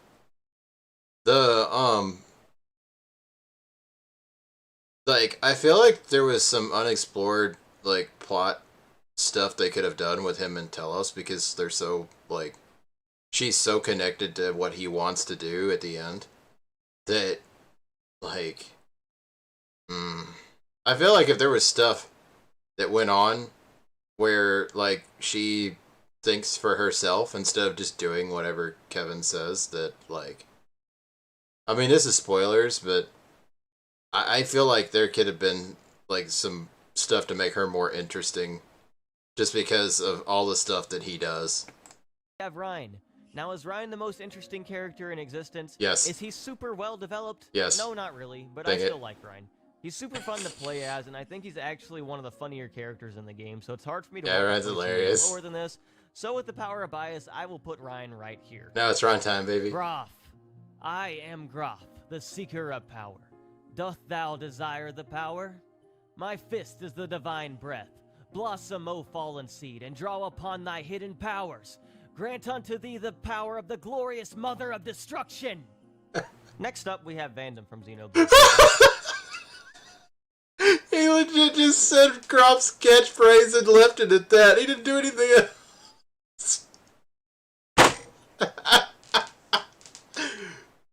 You know, I agree with that though. You know, that's... Time. Now I know what you're thinking. Anel, this guy only appears for one chapter and basically just serves as a mentor to Rex. Yeah, but he And does yes, a you're lot. right. But Vandam in that one chapter left a really good impact on me, and I have a major soft spot for this dude and think he's actually pretty awesome. Sure, he may not be the most interesting character ever, but I like Vandam, so I'm putting him in B tier. He's also secretly the Lost Prince of Araya, but you only find that out if you finish Rock's Affinity mission, which is the worst one in the game. Next up, we have Melia, who's one of the better characters in Xenoblade 1. Well, unless you're IGN, I guess. Yeah, I've screw never cared about IGN. Melia too much, Screw but I IGN. can at least acknowledge they tried to make her sympathetic and likable, and even gave her a sequel story for closure, so she actually gets quite a bit that flesh her out and make her a pretty good character, and as such I think this is a pretty fair placement. Next up, we have Lao, probably the best written character in Xenoblade X. This guy is probably the only interesting part of the main story and actually has a lot of cool moments and interesting motivations for his actions. Yeah. He feels like the only character who seemed to have much more of a purpose, and I actually like Lao a lot, so I definitely think he's worth being placed here. Egil is up next, the best antagonist from Xenoblade 1. He's a great antagonist for a number of different reasons and is very similar to Shulk, which is a great parallel. Yeah. His motivations made sense, his character was really nice, and even the conclusion was going to be pretty good before we get the really lame plot twist I've never been a major fan of. Next up, we have Saiten Uzuki. The thing is that plot twist isn't lame. Because it has to exist for his motivation to exist. If that plot twist doesn't happen, Egil's motivations suck. And then he goes like down here. But I also, like I said, I think he should have moved Zanza and Dixon up here to D. But, you know, whatever. Maybe move Enil even up, or Egil, I said Enil, Egil up to A. Like, you know, this stuff has to exist for him to be this good because of how Xenoblade 1's plot is set up. It has to. Like, there's no other way for them to do it this way. Because of how they set everything up and how it gets to that point, that twist has to happen.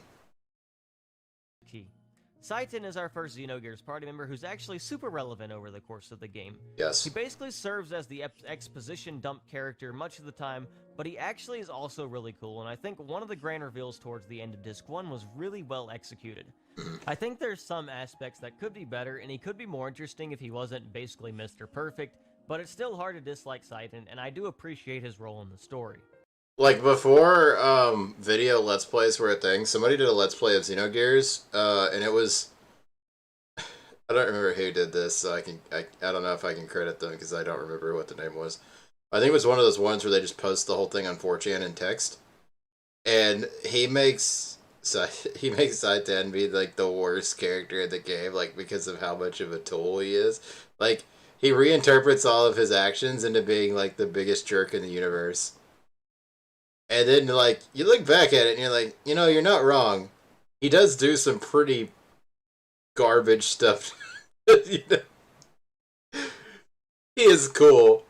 I agree with The that. final character at the top of B tier is going to be Chaos.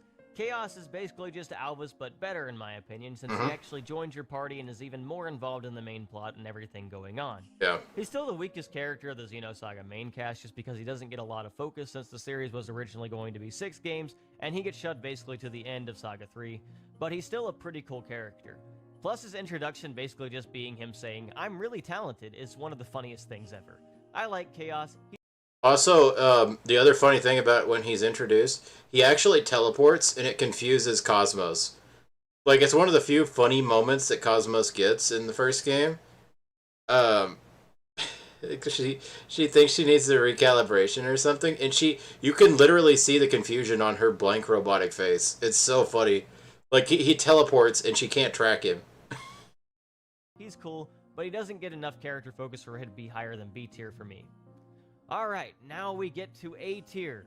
These are characters I really like or think have a lot of good aspects about them that were well executed.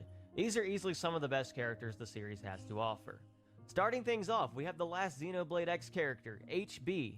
Now, why is HB higher than Lao if I think Lao was better written? Because HB is a meme. Especially since he's not relevant to the plot of the game.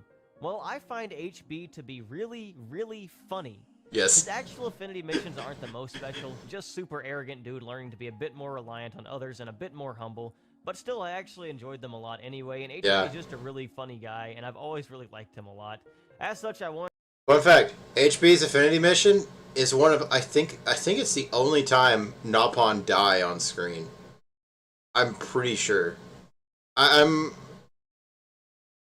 There might be one other time in X where it happens, but I can't remember it. I think HB's affinity mission is like the one time where a Nopon actually is dead on screen. And that was pretty crazy.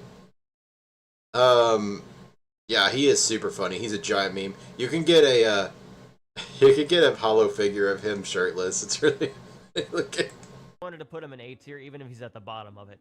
Next up, we have Virgil. Now, I originally had Virgil in B, but after thinking about it a bit more, I decided he absolutely should be in A tier. Yeah. He has some really good development for an antagonist. I would be super disappointed if he put Virgil in B. The entire scene at the church in Xenosaga 3 is one of my favorite parts of the series, and Virgil was the main reason. He's a fantastic character with a satisfying conclusion and easily deserves to be here. Krelian is up next. He's another fantastic antagonist character in Xenogears. I really like the writing in his scenes near the end of the game, and he has some really cool motivations for his actions. Definitely a really solid character that helps the narrative of the story so much. Speaking of antagonistic characters with great writing, we have Malos up next. Malos is a really good character over the course of both Torna and the base game, and it's really interesting to learn the lore behind him. He's only bad because of influence, and he seems to struggle with understanding his own purpose over the course of the games, and seems to think he's only made to destroy, so it's really interesting seeing him kind of cling to that till the very end before finally realizing maybe this wasn't the best way. I find Malos very interesting and good when you examine him in detail, and we don't have time to get into that in this video, so next up we have Shulk, the protagonist of the first Xenoblade game. I like Shulk and think he's a really well-written character over the course of the game, and he has a lot of really solid growth. The main thing I don't like about him is how he makes the rest of the main cast feel useless and irrelevant without him, which might be lowering him just a little bit in my mind. I mean, Rex is like that too, though. Fair placement for him just based on how much I like all the characters around him as well. Next up, we have Margulis. Margulis is great. When you first meet him, you think he's... Oh, whoops. Go back.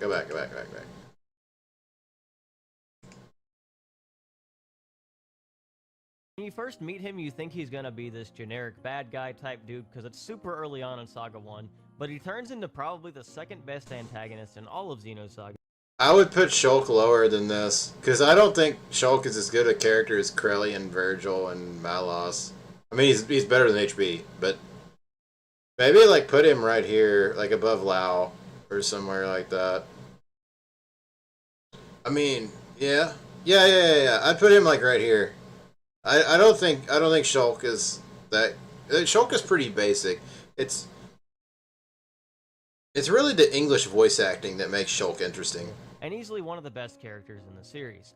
After his dreams and ideals get shattered, he finds his pride for one last epic battle, which is easily one of my favorite boss battles in the entire series. Yeah, yes, Levi too is awesome. Really good character that should really be appreciated more.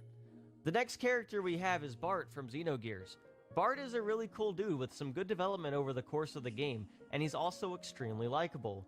You get to see his struggles and how phase The friendship cooler actually Zeke. changes him as a person, and all his antics and actions make him one of the most memorable and cool characters in the series. Bart was And so just cool. because they're both extremely similar, I'm also putting Zeke right next to him. Yeah. Honestly, Bart is probably the inspiration behind Zeke, which is even seen in one of the challenge mode costumes, and they even both have I would flip them, but yeah, I agree with this. similar backstories, and I think Zeke has some really interesting character between his own backstory of nearly dying and needing Pandy to save him, as well as his history with his kingdom.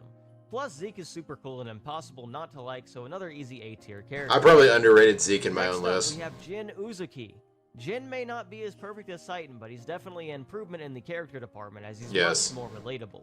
His struggles with his family leads to some very nice character development, and honestly, he's still a really cool dude over the course of the games, and character writing is easily one of the things Xenosaga excels in, so he gets plenty of focus, which makes him a very likable and good character.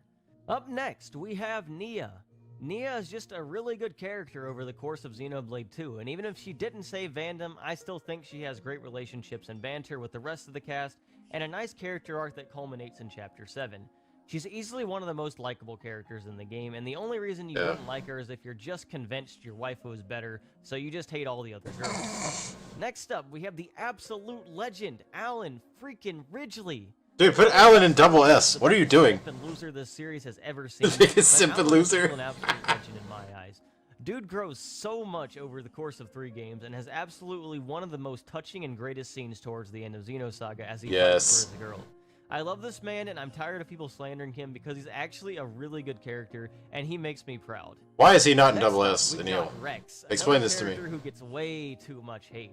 I agree with this, but why is he not in double Because S? you don't like his outfit or his age, that doesn't mean he isn't a great character with nice growth over the course of the game. But He positively influences the entire cast around him and brings out the best in them into becoming better people, and he has his own great arc mixed in as he grows to the man he needs to be to help his girls. these Rex two is super good, Chads, and he does not these two Chads should be up here. This is ridiculous, Anil. What are you doing? deserve the hate. For the final character in A tier, we have Laura. While Laura probably doesn't get as much growth as Rex, but Laura is also a cute girl, and I have taken that into consideration with my ranking too. She's also super good and likable, and even if there isn't a lot to her, since a lot of her purpose is motivation to flesh out Jin more, she does have her own nice growth in Torna over the course of that game, and I think it's genuinely really hard not to like and appreciate Laura for what she has to offer to the game. Alright, now we are in S tier. These characters are all fantastic. Absolutely some of the characters I like the most in this series. Pretty much everything about them is super cool, or they have some amazing writing in my opinions. Starting things off, we're gonna have a controversial one. Tora. Tora is easily one of my favorite characters. This dude is an absolute inspiration. Lost his father and grandfather and had to live on his own. Didn't have the ability to become a driver, so he creates his own blade more powerful than any other blade and learns to really appreciate this blade so much for giving him the chance he thought he'd never have. Yep. He's also just genuinely funny and likable to me, and I don't understand how anyone could hate this dude. Easily best Nopon in the series and my favorite driver in the Xenoblade 2 cast. I agree with that. Next up, we have Ziggy from Xenosaga. But I would still put Rex above Tora. I agree with everything he said on why Tora is great. But I would not put him above Rex. Maybe Nia. Maybe him and Nia in like the same spot, but Rex and Laura, I think, were way better. I don't think Laura should be above Rex either, but that's rough. Like I said though, I do think Rex is the best character in the entire game, so you know. Saga. Now, much of his backstory is in a dead mobile game, but even if you only play the Xenosaga games, he's still absolutely fantastic. He has one of the coolest introduction scenes ever, and is a very touching character during many of his moments of the game. Cyborg, who doesn't even want to live anymore, finds a reason to keep living as he warms up to the rest of the cast, and it's honestly executed just so well. That's done pretty good. Next up, we have Jin, but the Xenoblade 2 version this time. Easily one of the best characters from Xenoblade 2. This man has so much good writing between Torna and the base game. Watching his journey and trauma over Laura into what he... I would put Jin in double S too. One of the best parts of Xenoblade 2, and he has a super satisfying character and conclusion if you're familiar with the full story of the game. Xenoblade 2 would not be near as good if Jin wasn't in it. Like, this character makes this game what it is. I don't think that. I know his favorite game is Xenosaga 3. Um, or I'm pretty sure it's Xenosaga 3. I think that one's his favorite. It's either, I think he's split between XC2 and Saga 3. Last time I listened to him. But I think that Xenoblade 2 would not be near as good as it is without Jin in it. Like, this is rough, because, I don't know, I would probably move Margulis up here, and then maybe Bart. I don't know. Well, yeah, then Zeke would be way lower, but Alan should be like right here, right here. And then probably move Margulis up. I think Krillion's good where he's at. And then like put Tora like right here with Nia and put Rex like up here. Maybe move Egil to A tier. Egil or Melia would probably go up for me. I think Melia is the most interesting character in the first game for the protagonist side. I think Egil is a better character overall, but I think Melia is probably the best of the protagonists. Either her or Ryan, maybe.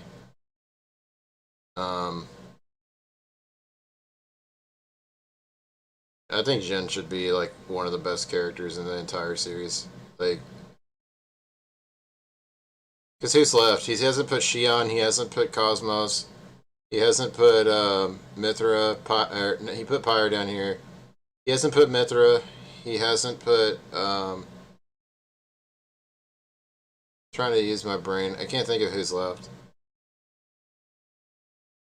He hasn't put Faye and Ellie. Duh. He'll probably put Faye and Ellie up here. I'm gonna make a prediction. Big fan of Jin, and I think he was super well done. Next up, we have Momo Mizrahi, another example of fantastic Xenosaga character writing.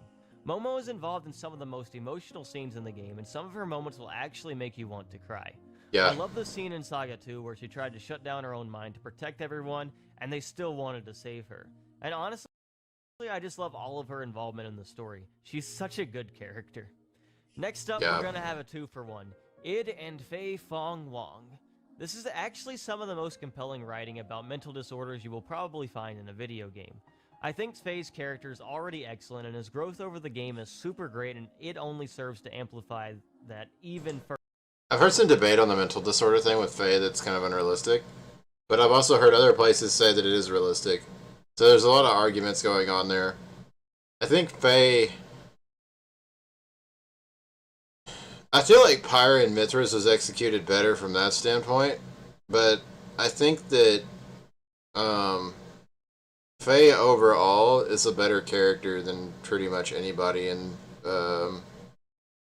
most of the other games. I really like Fei a lot. Further showing how dissociative identity disorder affects a person. Fei is absolutely an amazing character, and all the id cutscenes are super well done for making him feel like a being you are absolutely helpless against. Yes, it is so terrifying. And it only serves to flesh Fei out even more, who is a fantastic protagonist. His growth to being able to accept all sides of himself is some of the most compelling and great writing in the series. Yeah. Next up, we have Junior. Junior is another absolutely fantastic character and becomes probably the most important character in Xenosaga 2 specifically. We learn all about him, his reason for existing, and see a lot of character growth over the course of the game with him. He's also just super likable and a funny dude, and his relationships with all the other characters, and especially Albedo, is fantastic. And I think his character was super, super well done. Next up, we've got Poppy. I disagree with this one a lot because I think Junior actually hurt my enjoyment of the series for some of Saga, but then he helped in other areas.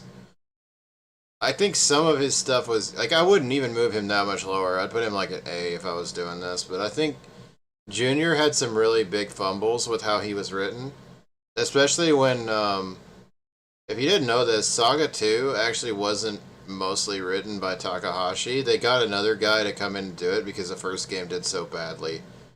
And Takahashi's wife, I think, I forgot what her name is. I think it's Soria Saga. Yeah. I think I think the two of them were the main writers in the first game, and then they got Bandai Namco got somebody else to come in and like direct, and then they got to do some stuff, but for the most part, they did some pretty big narrative changes to Saga 2, and Junior was part of the reason like why Saga 2 was kind of weird. Plus, he does some kind of weird stuff in Saga 1 where he just kind of takes over the plot for no reason, even though he's introduced like halfway through the game. And I didn't really like that. I actually I think I would move Junior down to here just because of how like his influence on the pacing of the game, like he affects it. Even though I'm okay with Junior and I think he's cool. Like I think they did some stuff with him that actually hurt the series, like as a whole. I think if they didn't do that, I'd probably rank him higher. But if I was doing this list, I would probably consider that a little bit more because Junior does do some Junior, the way he is used by the plot, does take a lot away from the main stuff that's going on with Shion. And I think really if you reordered the way some of the stuff happens in the series, I think Junior is automatically a better character because the main problem that he hurts is pacing. I think his stuff in Xenosaga 1 really hurts Saga 1's story. Because Junior really just comes out of nowhere in Saga 1. It's rough because he's a good character, but the way he affects the pacing of the entire narrative is very negative in Saga 1. And then Saga 2 is just a disaster in some areas. Saga 2, like, it's not that the plot is bad. Like, none of the Xenosaga plots are bad. Right? But Saga 3 is much stronger than the first two games. And I know Anil's opinion on this is that Saga, all the story in Saga is good, but I feel like the pacing in the first two games is part of why they didn't do so well. Because Saga 3 fixes a lot of the problems the first two games have with basically everything, with gameplay and everything like that, and then also the story. Saga 3 did an insanely good job of taking stuff that was kind of not done so well story-wise in the first two games and wrapping them up in a way that makes it amazing. So Saga 3 is... hold on a minute.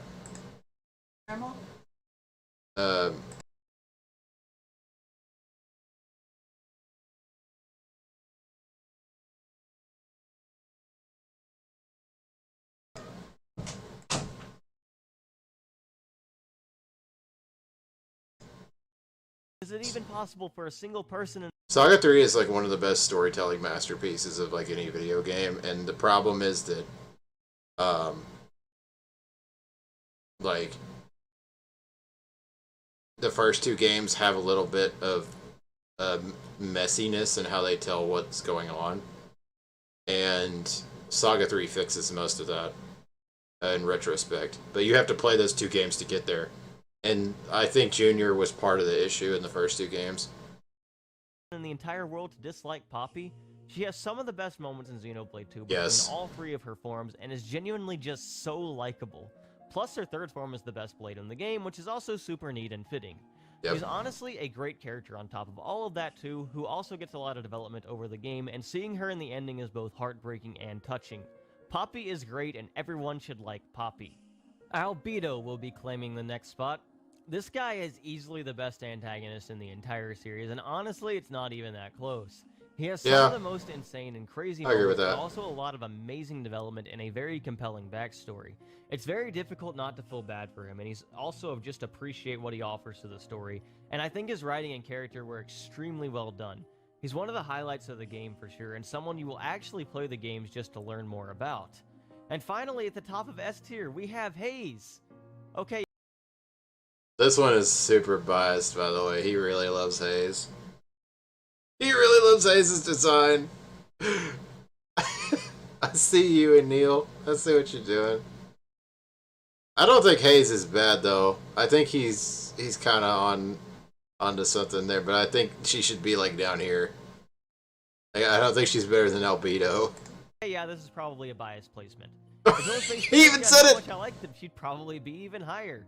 Yeah, sure, she doesn't have a super amazing. She doesn't do arc, anything except walk but around and she be is pretty. Very, very likable, and her cuteness really touched my heart every time she was on screen. I put her pretty high Honestly, I too, really but not fell that in love high. with her, man. This is my list, so she's going to say at the top of S tier. Sorry, not sorry. Alright, now we finally get to SS tier. These are my absolute favorite characters. I love everything about them, and I think they have really, really good writing. And there's also only 4 characters left, so I reserve this for only the best of the best here. First up, we have Ellie from Xenogears.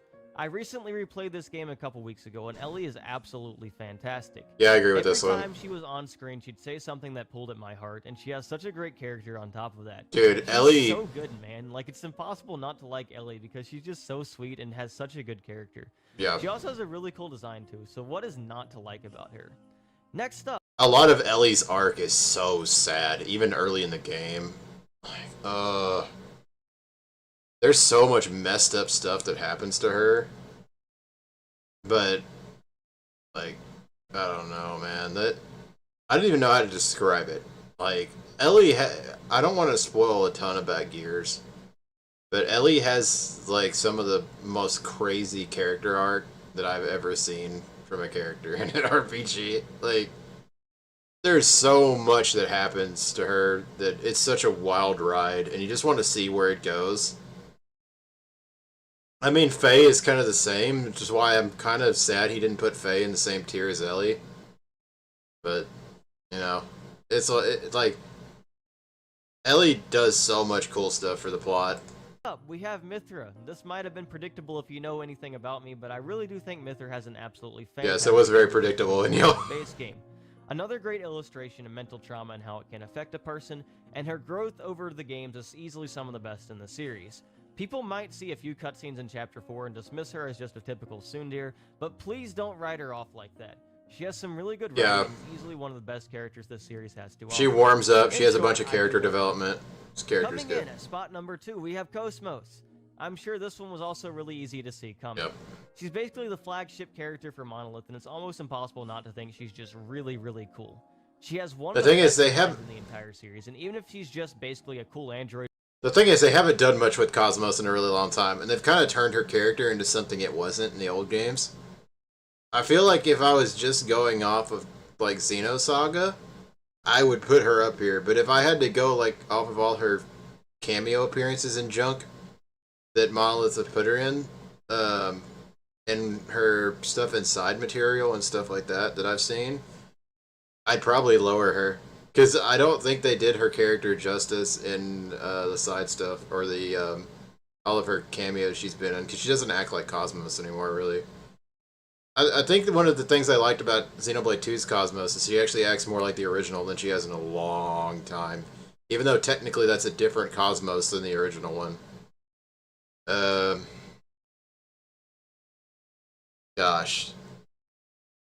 I also do think she's underutilized in Xenosaga too, like the whole series. I think in Xenosaga she was super underutilized.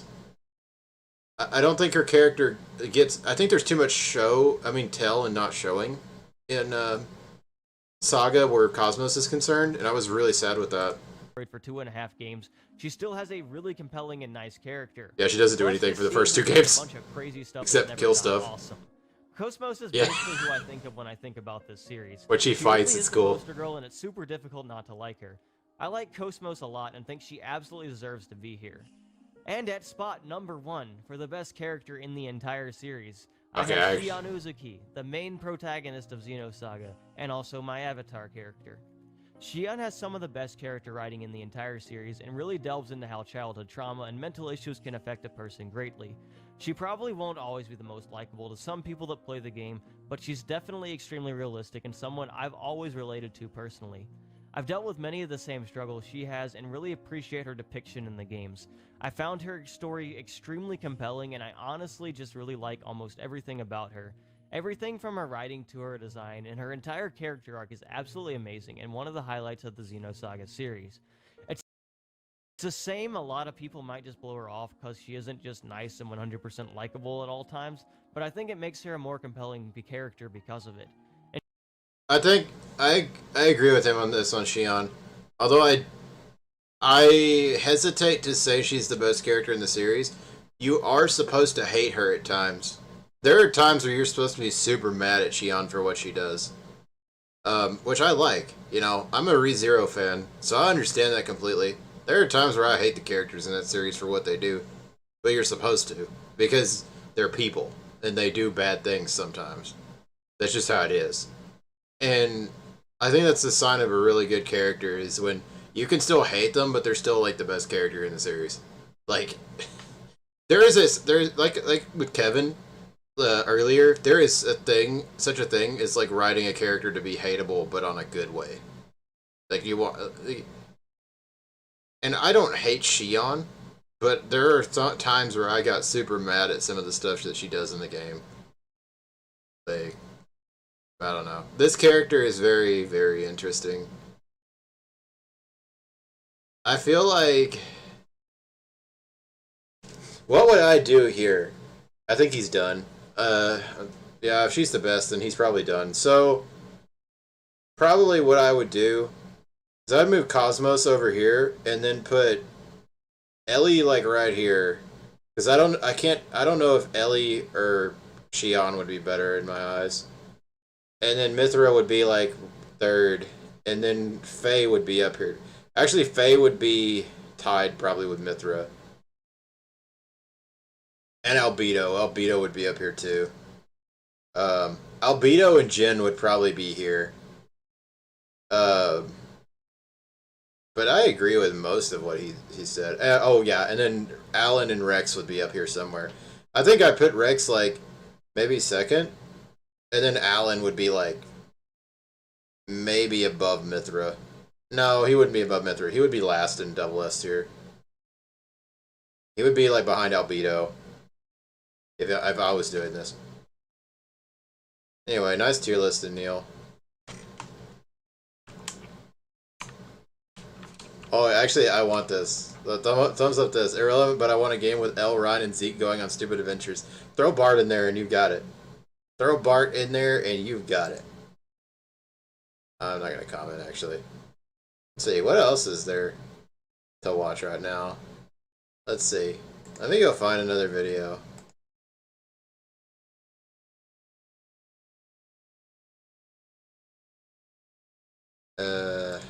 Sorry, I'm getting messages. Okay. Let's see. I don't want to react to another tier list. That was really long.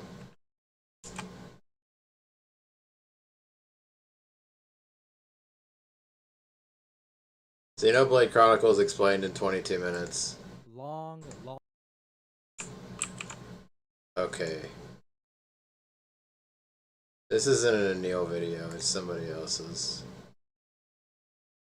Let's put this in here. I'll go watch this. Long ago, two titans were locked. That's in by an Chase eternal Kip. battle until they stopped. And then life began to grow on their bodies, and then they were locked in an eternal battle. On the Mechonis lived the Mechons, who are like your average robots, except Beep and that poof. they eat people. And on the Bionis Yeah, they eat lived people. the Homs, basically just humans, but with a cooler fantasy-sounding name. And they have blue blood. Hom is a man named Dumban, who leads the Mechon resistance alongside his best friends, Skinny Hulk Hogan, aka Dixon, and Mumkar, who was voted most likely to betray his comrades in high school. Yes! His signature weapon is called the Monado. It's super Emote Mumkar. Mumkar. Only weapon that can effectively destroy Mechons, with its only flaw being that if you... Oh, hold on a second. Okay. I've got stuff going on in the background right now. Okay. I thought that was something important. It's not. aren't the chosen one, it kinda kills you. Dunban Yeah, is the chosen one, but he's so much of a Chad that he just kinda brushes it off. Man! During the battle between the Homs and the Mechon, we see that Dunban gets unexpectedly betrayed by Mumkar, who ends up getting Unexpectedly? eaten by the Mechons. With no options remaining, Dunban and Dixon charge at the Mechons for a last-ditch effort to push them back. Time skip time. This isn't quite as memey as I thought it was going to be. Actual protagonist, Shulk, pronounced Shulk, who lives in Colony 9 together Because with it's his British. best friend and his childhood love interest. You can decide which is which. Wee woo, wee woo. It's totally right. Invading again with which is Who wouldn't love incredibly Ryan? sad because only the Monado can destroy them, and only Dunban can wield the Monado. And Dunban has developed severe arthritis from his injuries. So Shulk Severe uses the Monado arthritis. and whoa, he can see into the future, giving him the chance to change destiny. Is he the chosen one? Says Dunban. I'm really feeling this victory, guys. Let's go! But then an even bigger Mechon appears, and this one has a face. Which means it's an important character to the plot, and we can't beat it up just yet. Yeah, we have to wait. Apparently, Fiora doesn't read the script, and rides in on a forklift like, alright guys, time to attack this thing head on! Forklift. And gets totally ultra owned by the Mechon. It's a and takes off with tank. the corpse. The next day, everyone is still sad, and Shulk's like, there's two voices in my head, and one is telling me to make them pay!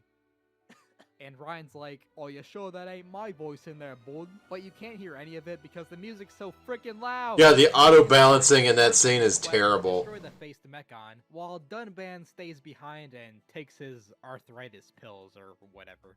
But wait just 1 second, did you know that this game has side quests? Not 10, not 50, over 400 side quests! Most of them are bad, just don't do them. Over 400. And 90% of them follow the same format. I say that, but I did all of them. I've 100%ed this game, so I can't talk. Of, hey, I was just taking a walk the other day, and can you believe it? There was a bunny right there, standing in the road. Yeah, You kill it. go kill 100 of them, and that pretty much takes up most of your time spent playing this game. On the other side of a cave, the boys reach Gar Plains, based on that one stage from Super Smash Brothers. And Oh my at that god. point of the game, I'm so tilted now. of insanely over-leveled super bosses out into the open world, and they I all love 'em. have super threatening names like Territorial. Immovable Gonzalez, Graceful Ricardo, and Gentle Rodriguez. Yeah. Basically, if you get within, I love the 10 unique yards, monster you're names. Probably dead, but at least you get to listen to that sick music. Shulk and Ryan end up saving a kid named Juju, who takes them to see his hot sister, who reveals that their colony was attacked and destroyed by That's an Mechons. apt description of Shulk Charla. finally has a future vision where he sees Juju getting totally wrecked by a Mechon, and is like, maybe I should tell them about this? Nah. Then Juju runs off to go defend his colony all by himself, and the crew has to chase after him. They That was almost exactly my grandma's reaction to what happened in this scene. eventually find him getting attacked by a Mechon, but this one also has a face, and it can't be damaged by the Monado, and it can speak. Hey. And Shulk's Hey. like, what's going on here? My Monado is supposed to destroy everything that isn't Oh, dude, Enil didn't rank Zord. What? Dude. human, but it can't kill these faced Mechon, but it can destroy everything that isn't human, but it can't kill these faced Mechon. But the faced Okay, that was a little Mechon bit long, can't really dude. kill them either, so it's just like, alright, just fight me again at Colony 6 or whatever, and hopefully we can kill each other then. And it takes off with Juju. Okay, this is not what happens. This is actually not what happens. Basically, I mean, he's gonna spoil it anyway, but, like, spoilers if you haven't played Xenoblade 1. 3, 2, 1. Okay, so, like, they have to eat people to have fuel to not be damaged by the Monado. So, like, he ran out of human power or whatever to survive this thing. So he runs off. He doesn't just, like, leave for no reason. On the way to Colony 6, the gang passes through an underground mine shaft where they meet the colony's leader. Shulk has another vision of him dying and is like, maybe I should tell them about this? I'm actually super disappointed that he didn't say something highly inappropriate for the reason why Zord ran away, now that I think about it. Nah. Nah, don't tell him about anything, He's off to go Shulk. defend his colony This all by arc is himself, so and terrible Shulk compared to the finally rest of decides it. to tell the others about his visions. And together, using the Like, Ether Mines is easily the weakest part of Xenoblade 1. It's, like, it's so bad. I hate Ether Mines. Every time I play this game, like, I think, one, this is way too drug out to be, about Shulk worrying that his visions are, like, ridiculous. And it's also just a horrible map. power of The level is friendship, bad. they managed to change fate and save everyone. Yeah. Well, everyone who's important to the plot. Yeah, everybody else Local dies. villagers of Colony 6 were already eaten by mechons by the time they got there. Yeah, they ate Maybe everybody. shouldn't have spent all that time grinding side quests. Whoops. Outside of Colony 6, they're met with a whole gaggle of faced mechon, including that one from the beginning of the game, who's like, "Hey Shulk, remember when I totally killed your girlfriend?" And Shulk goes, "Ah!" But the Monado doesn't do anything. And then Dumban and Dixon show up and they're like, "Ah!" But they don't do anything either. Nobody does anything. So eventually everyone just leaves. Dunban officially joins the party and they continue up the Banus to a forest growing on its... He skipped an entire event that happens in that cutscene. Dude, that's Alvis's first cutscene and you skipped what happens in it. Like, why? You should... I'm disappointed. There's not like a giant turkey or something that goes and hits Metalface off the cliff. For the Telethia. Like, it's not hard. Just like Photoshop a big turkey in there and have it kick Metalface off the cliff. Back.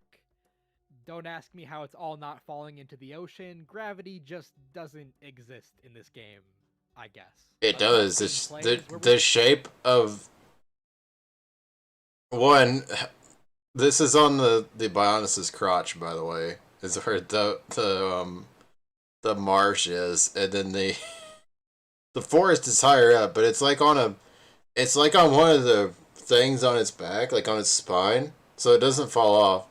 we see a bird lady fighting against a crystally dragon. She fires a giant pea laser and manages to scare it off.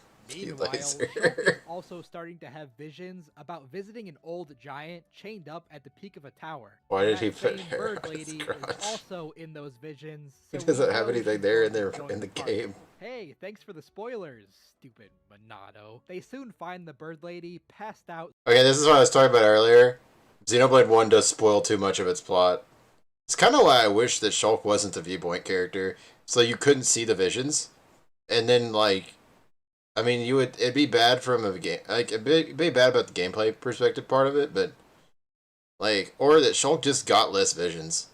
Like, if he got, like, less descriptive ones. Somewhere in the jungle. And Charla's like, "Okay guys, this is gonna sound crazy, but I need to shoot her with my really, really big gun. And it's gonna bring her back to life.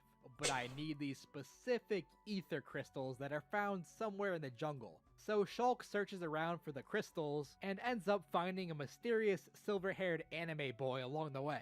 "Hi, I'm the Komaida character, and I'm gonna give a bunch of vague details about the plot that implies that I know what more than character? I let on."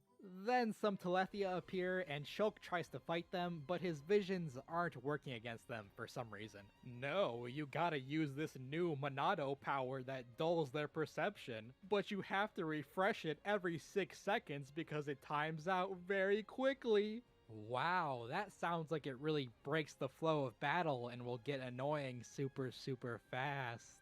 It does. So It does Shulk not. manages to beat up the Telethia It definitely and brings the doesn't. crystal back to Charla, who shoots the bird You should be able to lady kill with a most things in power 6 bringing seconds. her back to life.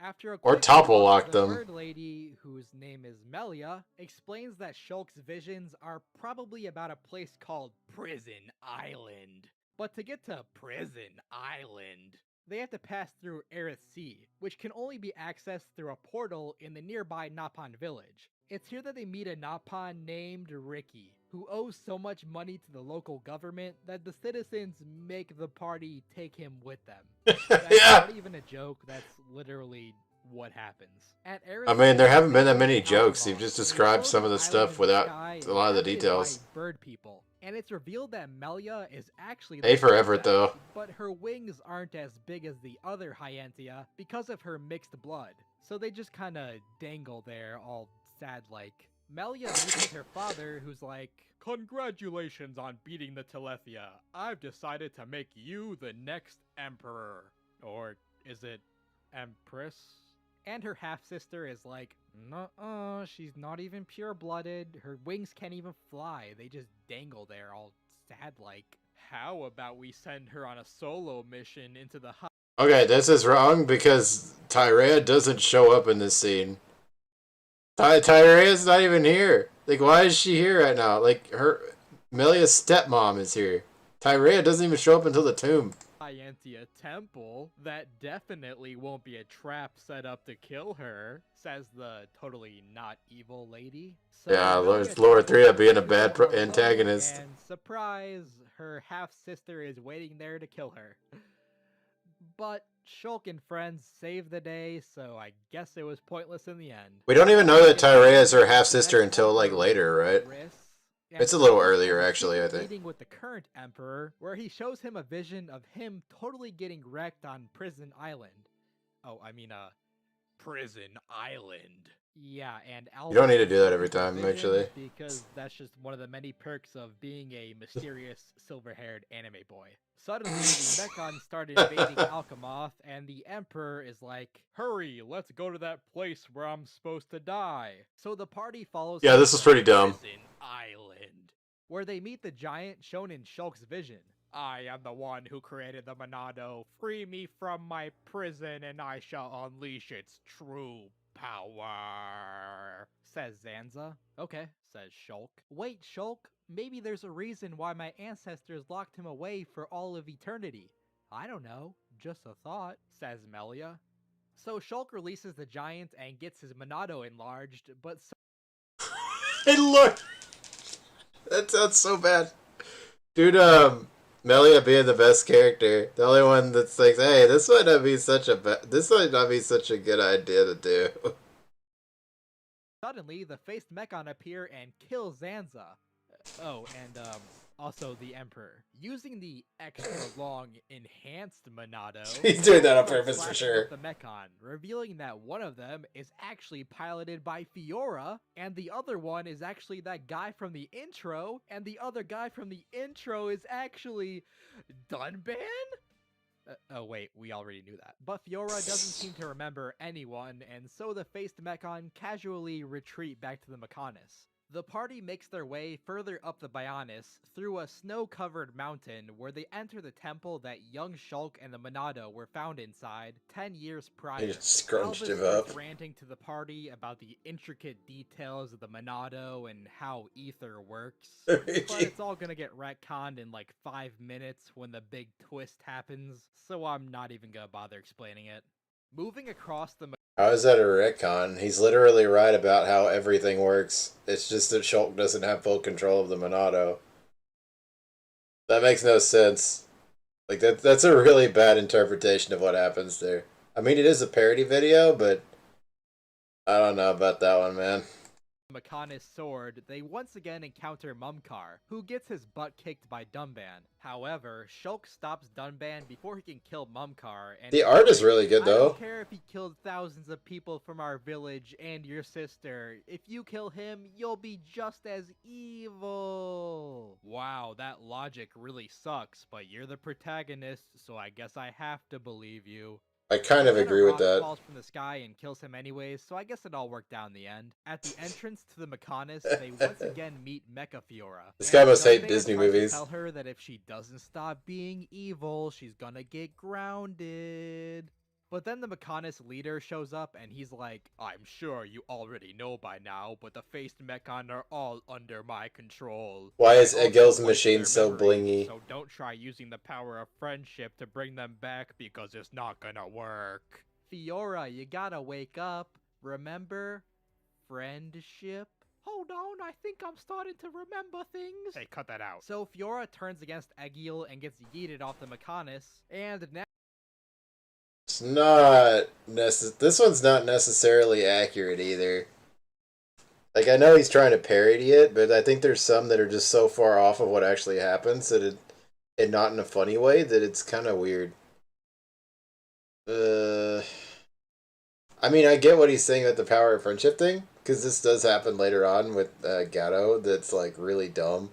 Because the thing that happens here is that he didn't bother wiping the memories of the face Mechon. Like, he didn't bother doing any of that. He didn't like, Egil didn't do that to Fiora. Maineth, or not Maineth, Vanea did. Vanea did that. So, like, he doesn't know anything that's going on with her right now. Like, he thinks she's just a face Mechon. Like, that has, like, special importance to the plot, to the main cast. He doesn't know any of that stuff. Like, Egil doesn't know what's going on there. Because Vinaya did all that. And then it's not Fiora remembering, it's her telling Mayneth to do something from inside Mayneth, and so Mayneth does it here. Mayneth fights Egil instead.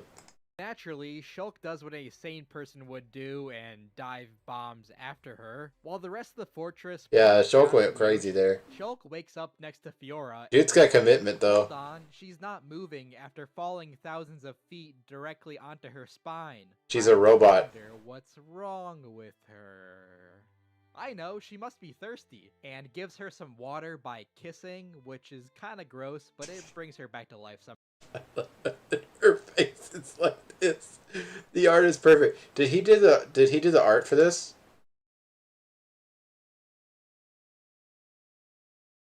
No art done by.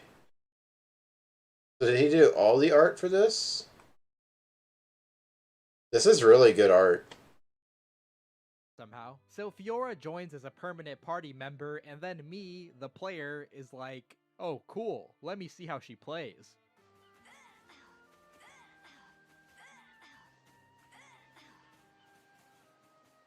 Never mind. Shulk and Fiora reunite with the rest of the party and enter a village cares? full of surprisingly peaceful mechas. It's not that bad. It's not like Ryan's. Being Egil's father, who gives them the mission of killing Egil. The better explanation of how Fiora plays is that you just stand there and don't press any buttons because her arts are actually worse than auto-attacking. So, like, that would have been a way better thing to say there. It's just like not touching the controller. That's how you play Fiora. Which they gladly accept. On their way back up the Mechanis... Actually, I'm going to mention this. This is why no one in... Like, there are no auto-attacking characters that are super viable in Xenoblade 2. There and in X. There are none that are viable because of how boring Fiora is to play. Which is surprisingly easy thanks to all the elevators. They run into Egil's sister, who gives us that sweet, sweet backstory. Long, really long ago, the Bionis and the Mechanis lived in peace. The Mechons lived on Mechanis and worshipped Mayneth, the soul of the Mechanis. And the Giants lived on Bionis and worshipped Zanza, the soul of the Bionis. But both species still made time to chill out and... No, they didn't worship Zanza. They didn't even know who he was. This is such an important plot point that actually it kind of destroys Xenoblade's entire story if you ignore it. The main reason why Zanza did what he did is because the entire breed of Bionis forgot that he exists. Like, Mayneth did what she did because the people of Mechonis remember, also because she's not a jerk, but because, like, the people of Mechonis remembered Mayneth. The people of Bionis forgot Zanza because he's a giant jerk, dude. He's horrible. So they forgot that he exists.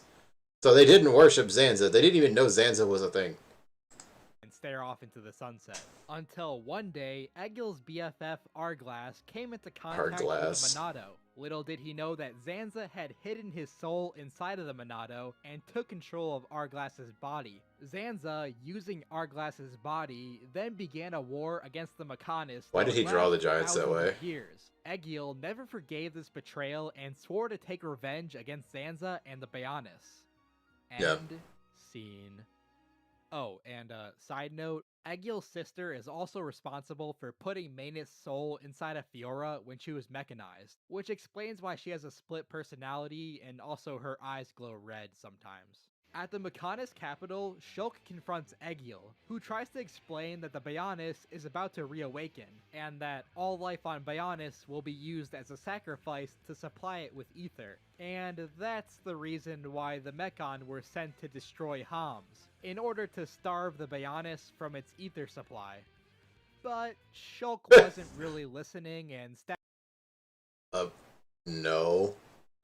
Also, like, why he seems in a Ricky every time a complicated explanation happens. Shulk, listen to this. He was super upset by all that stuff. I mean, he still tried to fight Egil because he's got to, but, like, he listened to all the stuff Egil said, but there's not much he can do about it. Like, Shulk was super upset. Everybody was. Except Ricky, because he didn't know what's going on. But, like, dude, stabs him anyways. So Egil gets mad and reawakens the Mechonis. They fight again at the heart of the Mechonis, but this time Shulk decides not to stab him, which helps convince Egil to change his ways and everyone lives happily. Dude, Egil wasn't willing to listen. Shulk tried to talk to him. There was nothing they could do. He was mad. Like, super angry.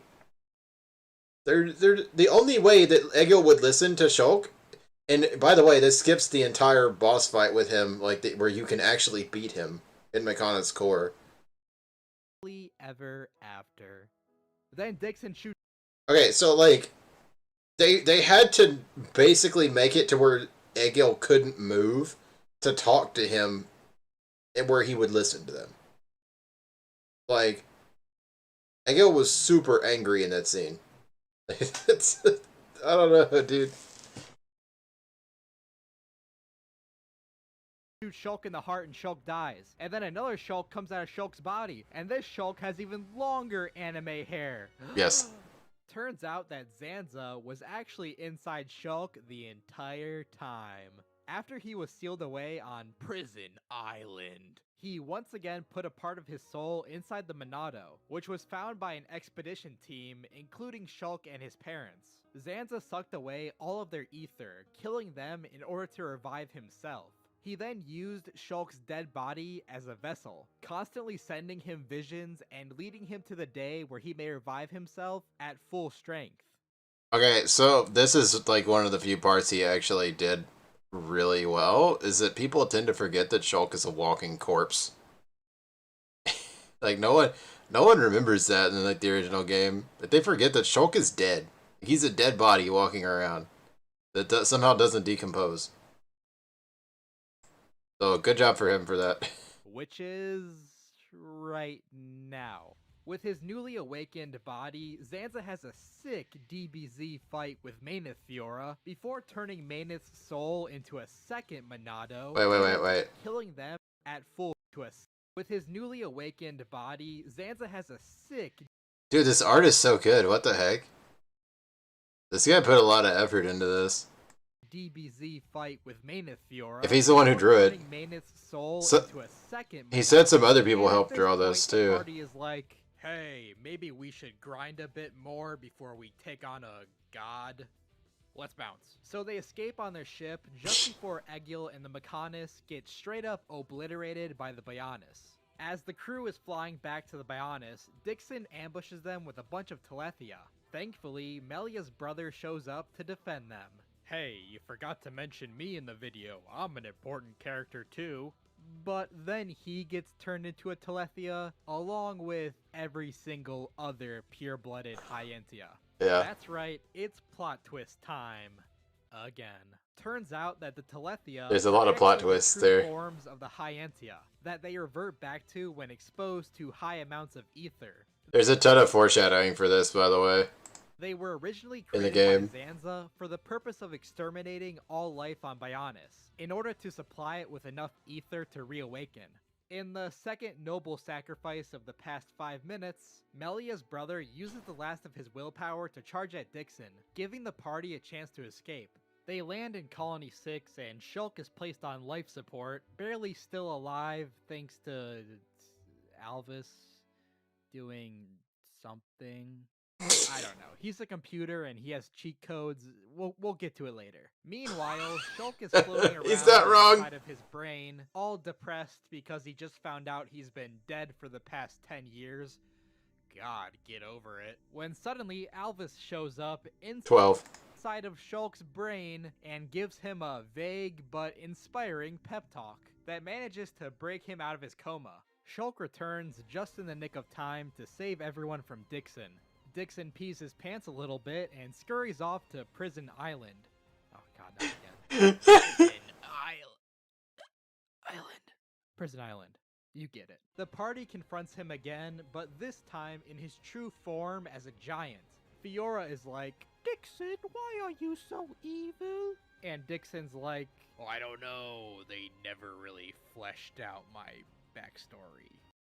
I mean, they did. Kind of. It's because he likes to fight. He's like one of those characters that's like, It's like an honorable warrior kind of guy, but not honorable. What is it? He has a word for it. What is it called?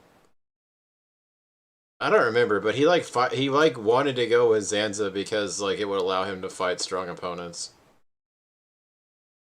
So they kill Dixon and Shulk sheds a single manly tear before the whole party is suddenly teleported into the solar system. Okay, I'm sorry. If something doesn't make sense in this explanation, it's probably just because Alvis did it off screen with his computer powers. Because he's a computer and he's also the Monado and he's also a god and This is kind of like so Zan what happens here. As he is, they're like Alvis, like they're inside like. This one's really rough to explain because there's a lot of speculation around this one too. He's kind of right and then kind of wrong at the same time. Because, like, there's also the implication that this happens inside Zanza's mind. Like, because they are, like, it's also possible it happens inside the Monado. It's really weird. Like, Albus could have created this space. Because Albus, um, I kind of think the thing that's inside Zanza's brain. Because they can't kill him physically, I don't think. Or whatever. I don't remember what happens at this part. It's been a while since I played this. I mean, I played it like 5 times, I should remember, but... yeah, I kind of agree. This isn't very well explained in the game, why this happens. But it is supposed to be trippy anyway, because Albus is kind of setting all this up. Sansa tries to do the old "join me and we shall rule the galaxy" thing, but Shulk is having none of that, and Yeah. so begins the long and difficult final battle. Or at least I assume it was supposed to be. I'd already completed all the side quests and Oh, God. max level by that point, so it was kinda over in 5 seconds. The thing is, this fight isn't hard even if you're like at level 70. You can actually beat it lower if you have the right gems. It's not my fault that a god has lower stats than the local mountain trolls. So Shulk manages to awaken He's his right. third Monado, which is actually Alvis's true form. Well, besides a computer. And obliterates Zanza once and for all. With God now defeated, Alvis sends Shulk back in time to witness the birth of their universe. But Zanza isn't a god. Like, the game... Albus is the one with all the power. This is the entire point of the sequence. Okay. I think this is such a huge misconception about this sequence.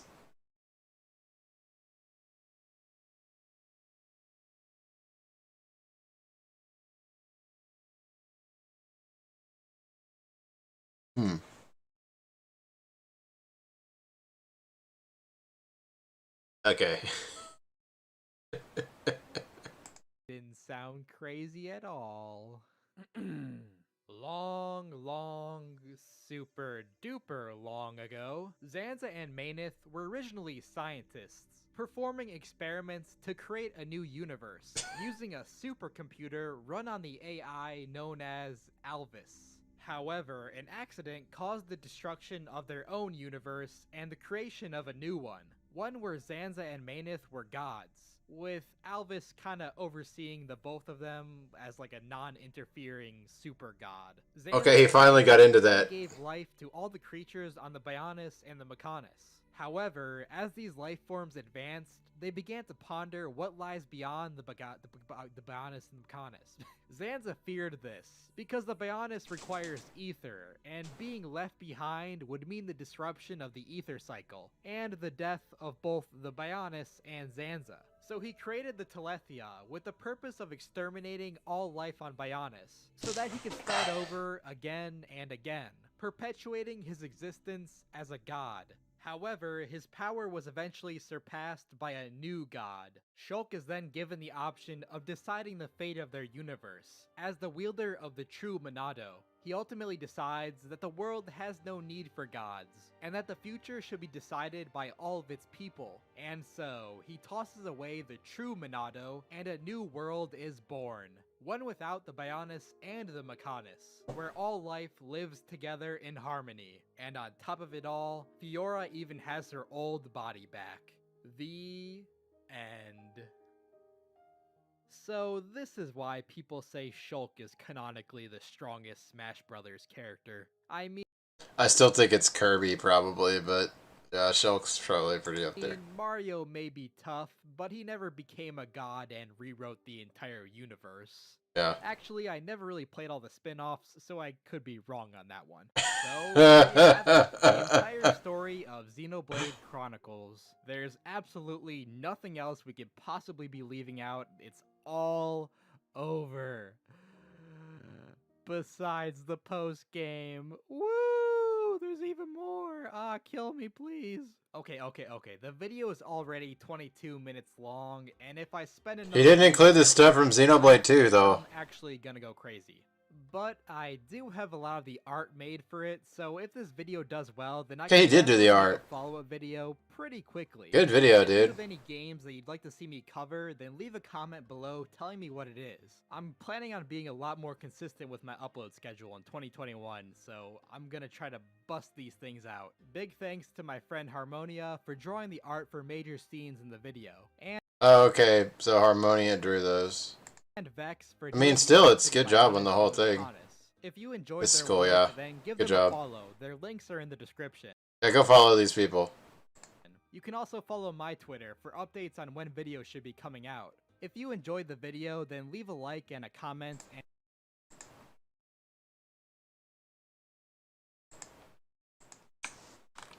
Good. Good video. Keep it up. It was a good video. Like, there was a lot of effort. I'm gonna sub too. There was a lot of effort put into this. Like, and despite me ribbing him for getting some details wrong, this was entertaining. This was funny. I'll follow these people later. I'm not gonna do it right now. Let's see. Let's find something else to watch.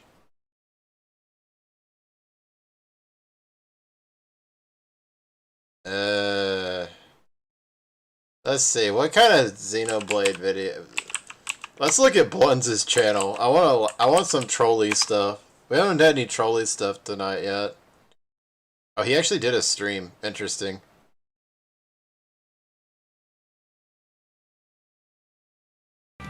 Oh my gosh. I watched part of this. I don't think I watched the whole thing though.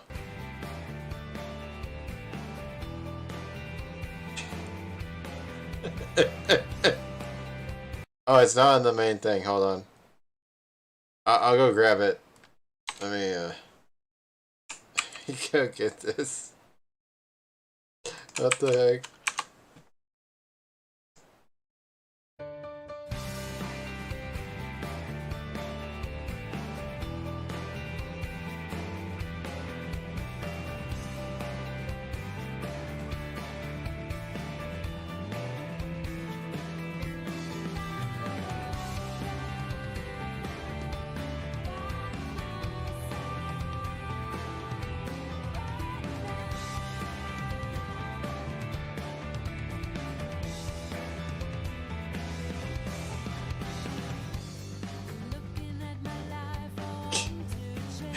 It just turned into a cheesy music video? I forgot he's super into VTubers. It's a Pecora there. It's Pecora there. Pain Pecco.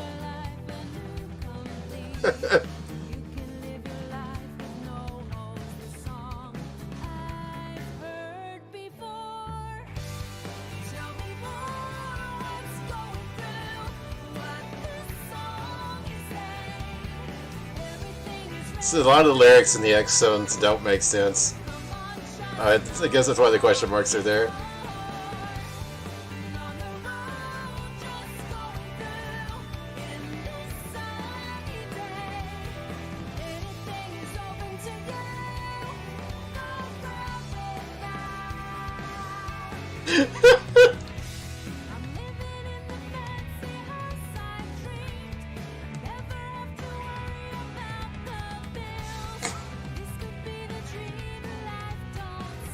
Well, this character actually looks similar to what mine does, but different armor.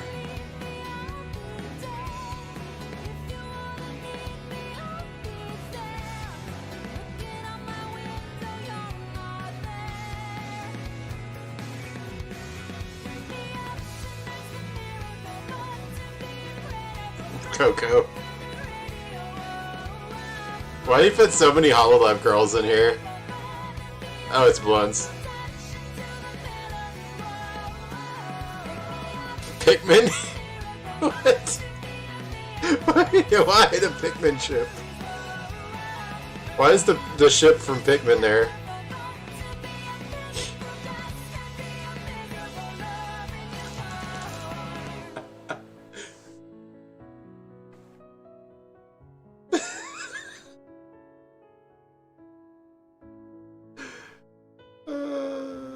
Blondes.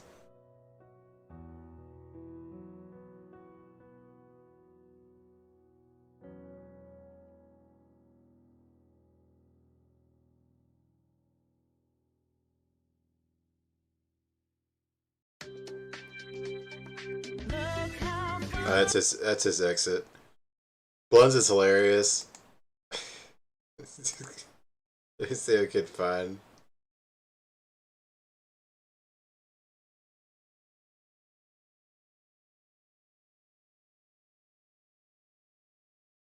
He streamed a lot. There's a lot more VTuber stuff here than there was before.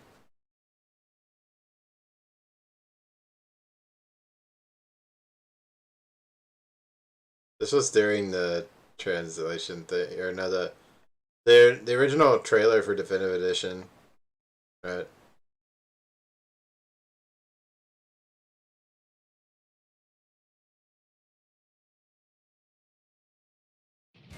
Let's show him a bingo break. Me? Okay, time to take you down. Is that Kazoo? I'm going all in. Ha! One big one coming up. Rolling smash. Double spinning edge. Don't get ahead of yourself. Ha! Ha! Ha! Ha! I could have done this blindfolded. I'll give it everything I've got. Burning soul. All right, Nia, we've got this. Make sure you got my tail wraps. Yeah, I forgot there's Nia B.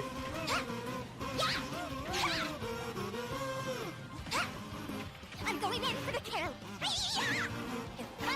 And you thought it was over. Here I can, ready or go lottie. Whoa, nice. Let me brawler spike. This will be a walk in the park. Double spinning edge. I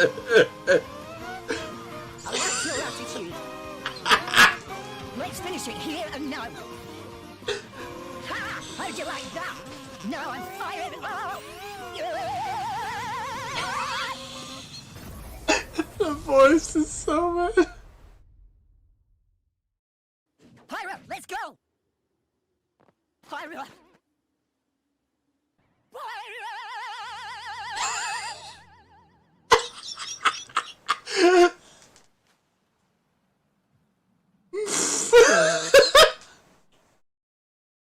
That's so perfect.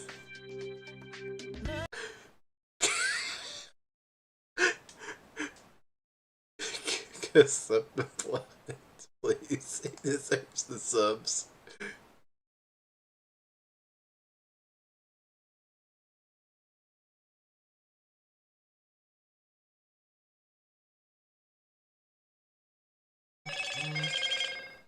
Hmm.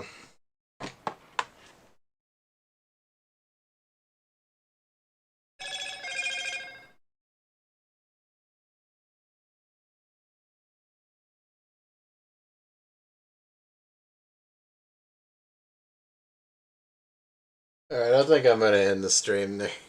I gotta go. But no, I wanna... Does he have any other funny videos?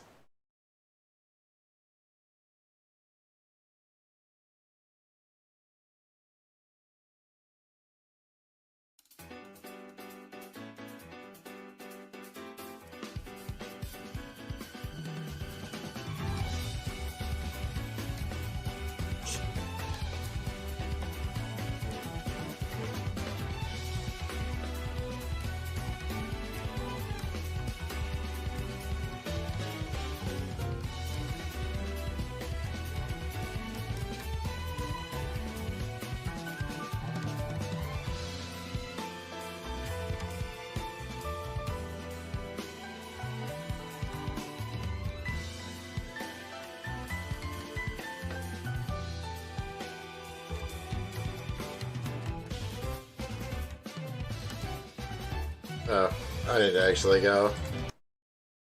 Dang. Alright, well. That's probably it for the stream. I can't watch this all the way, I gotta leave. Sub to all these people that we watched tonight. It's Anil, it was Bluns, and what was the other guy's name? I remember my... See, I'm gonna watch history.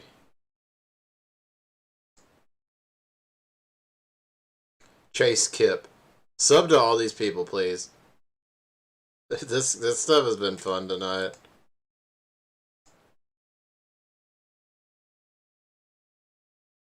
I need to give.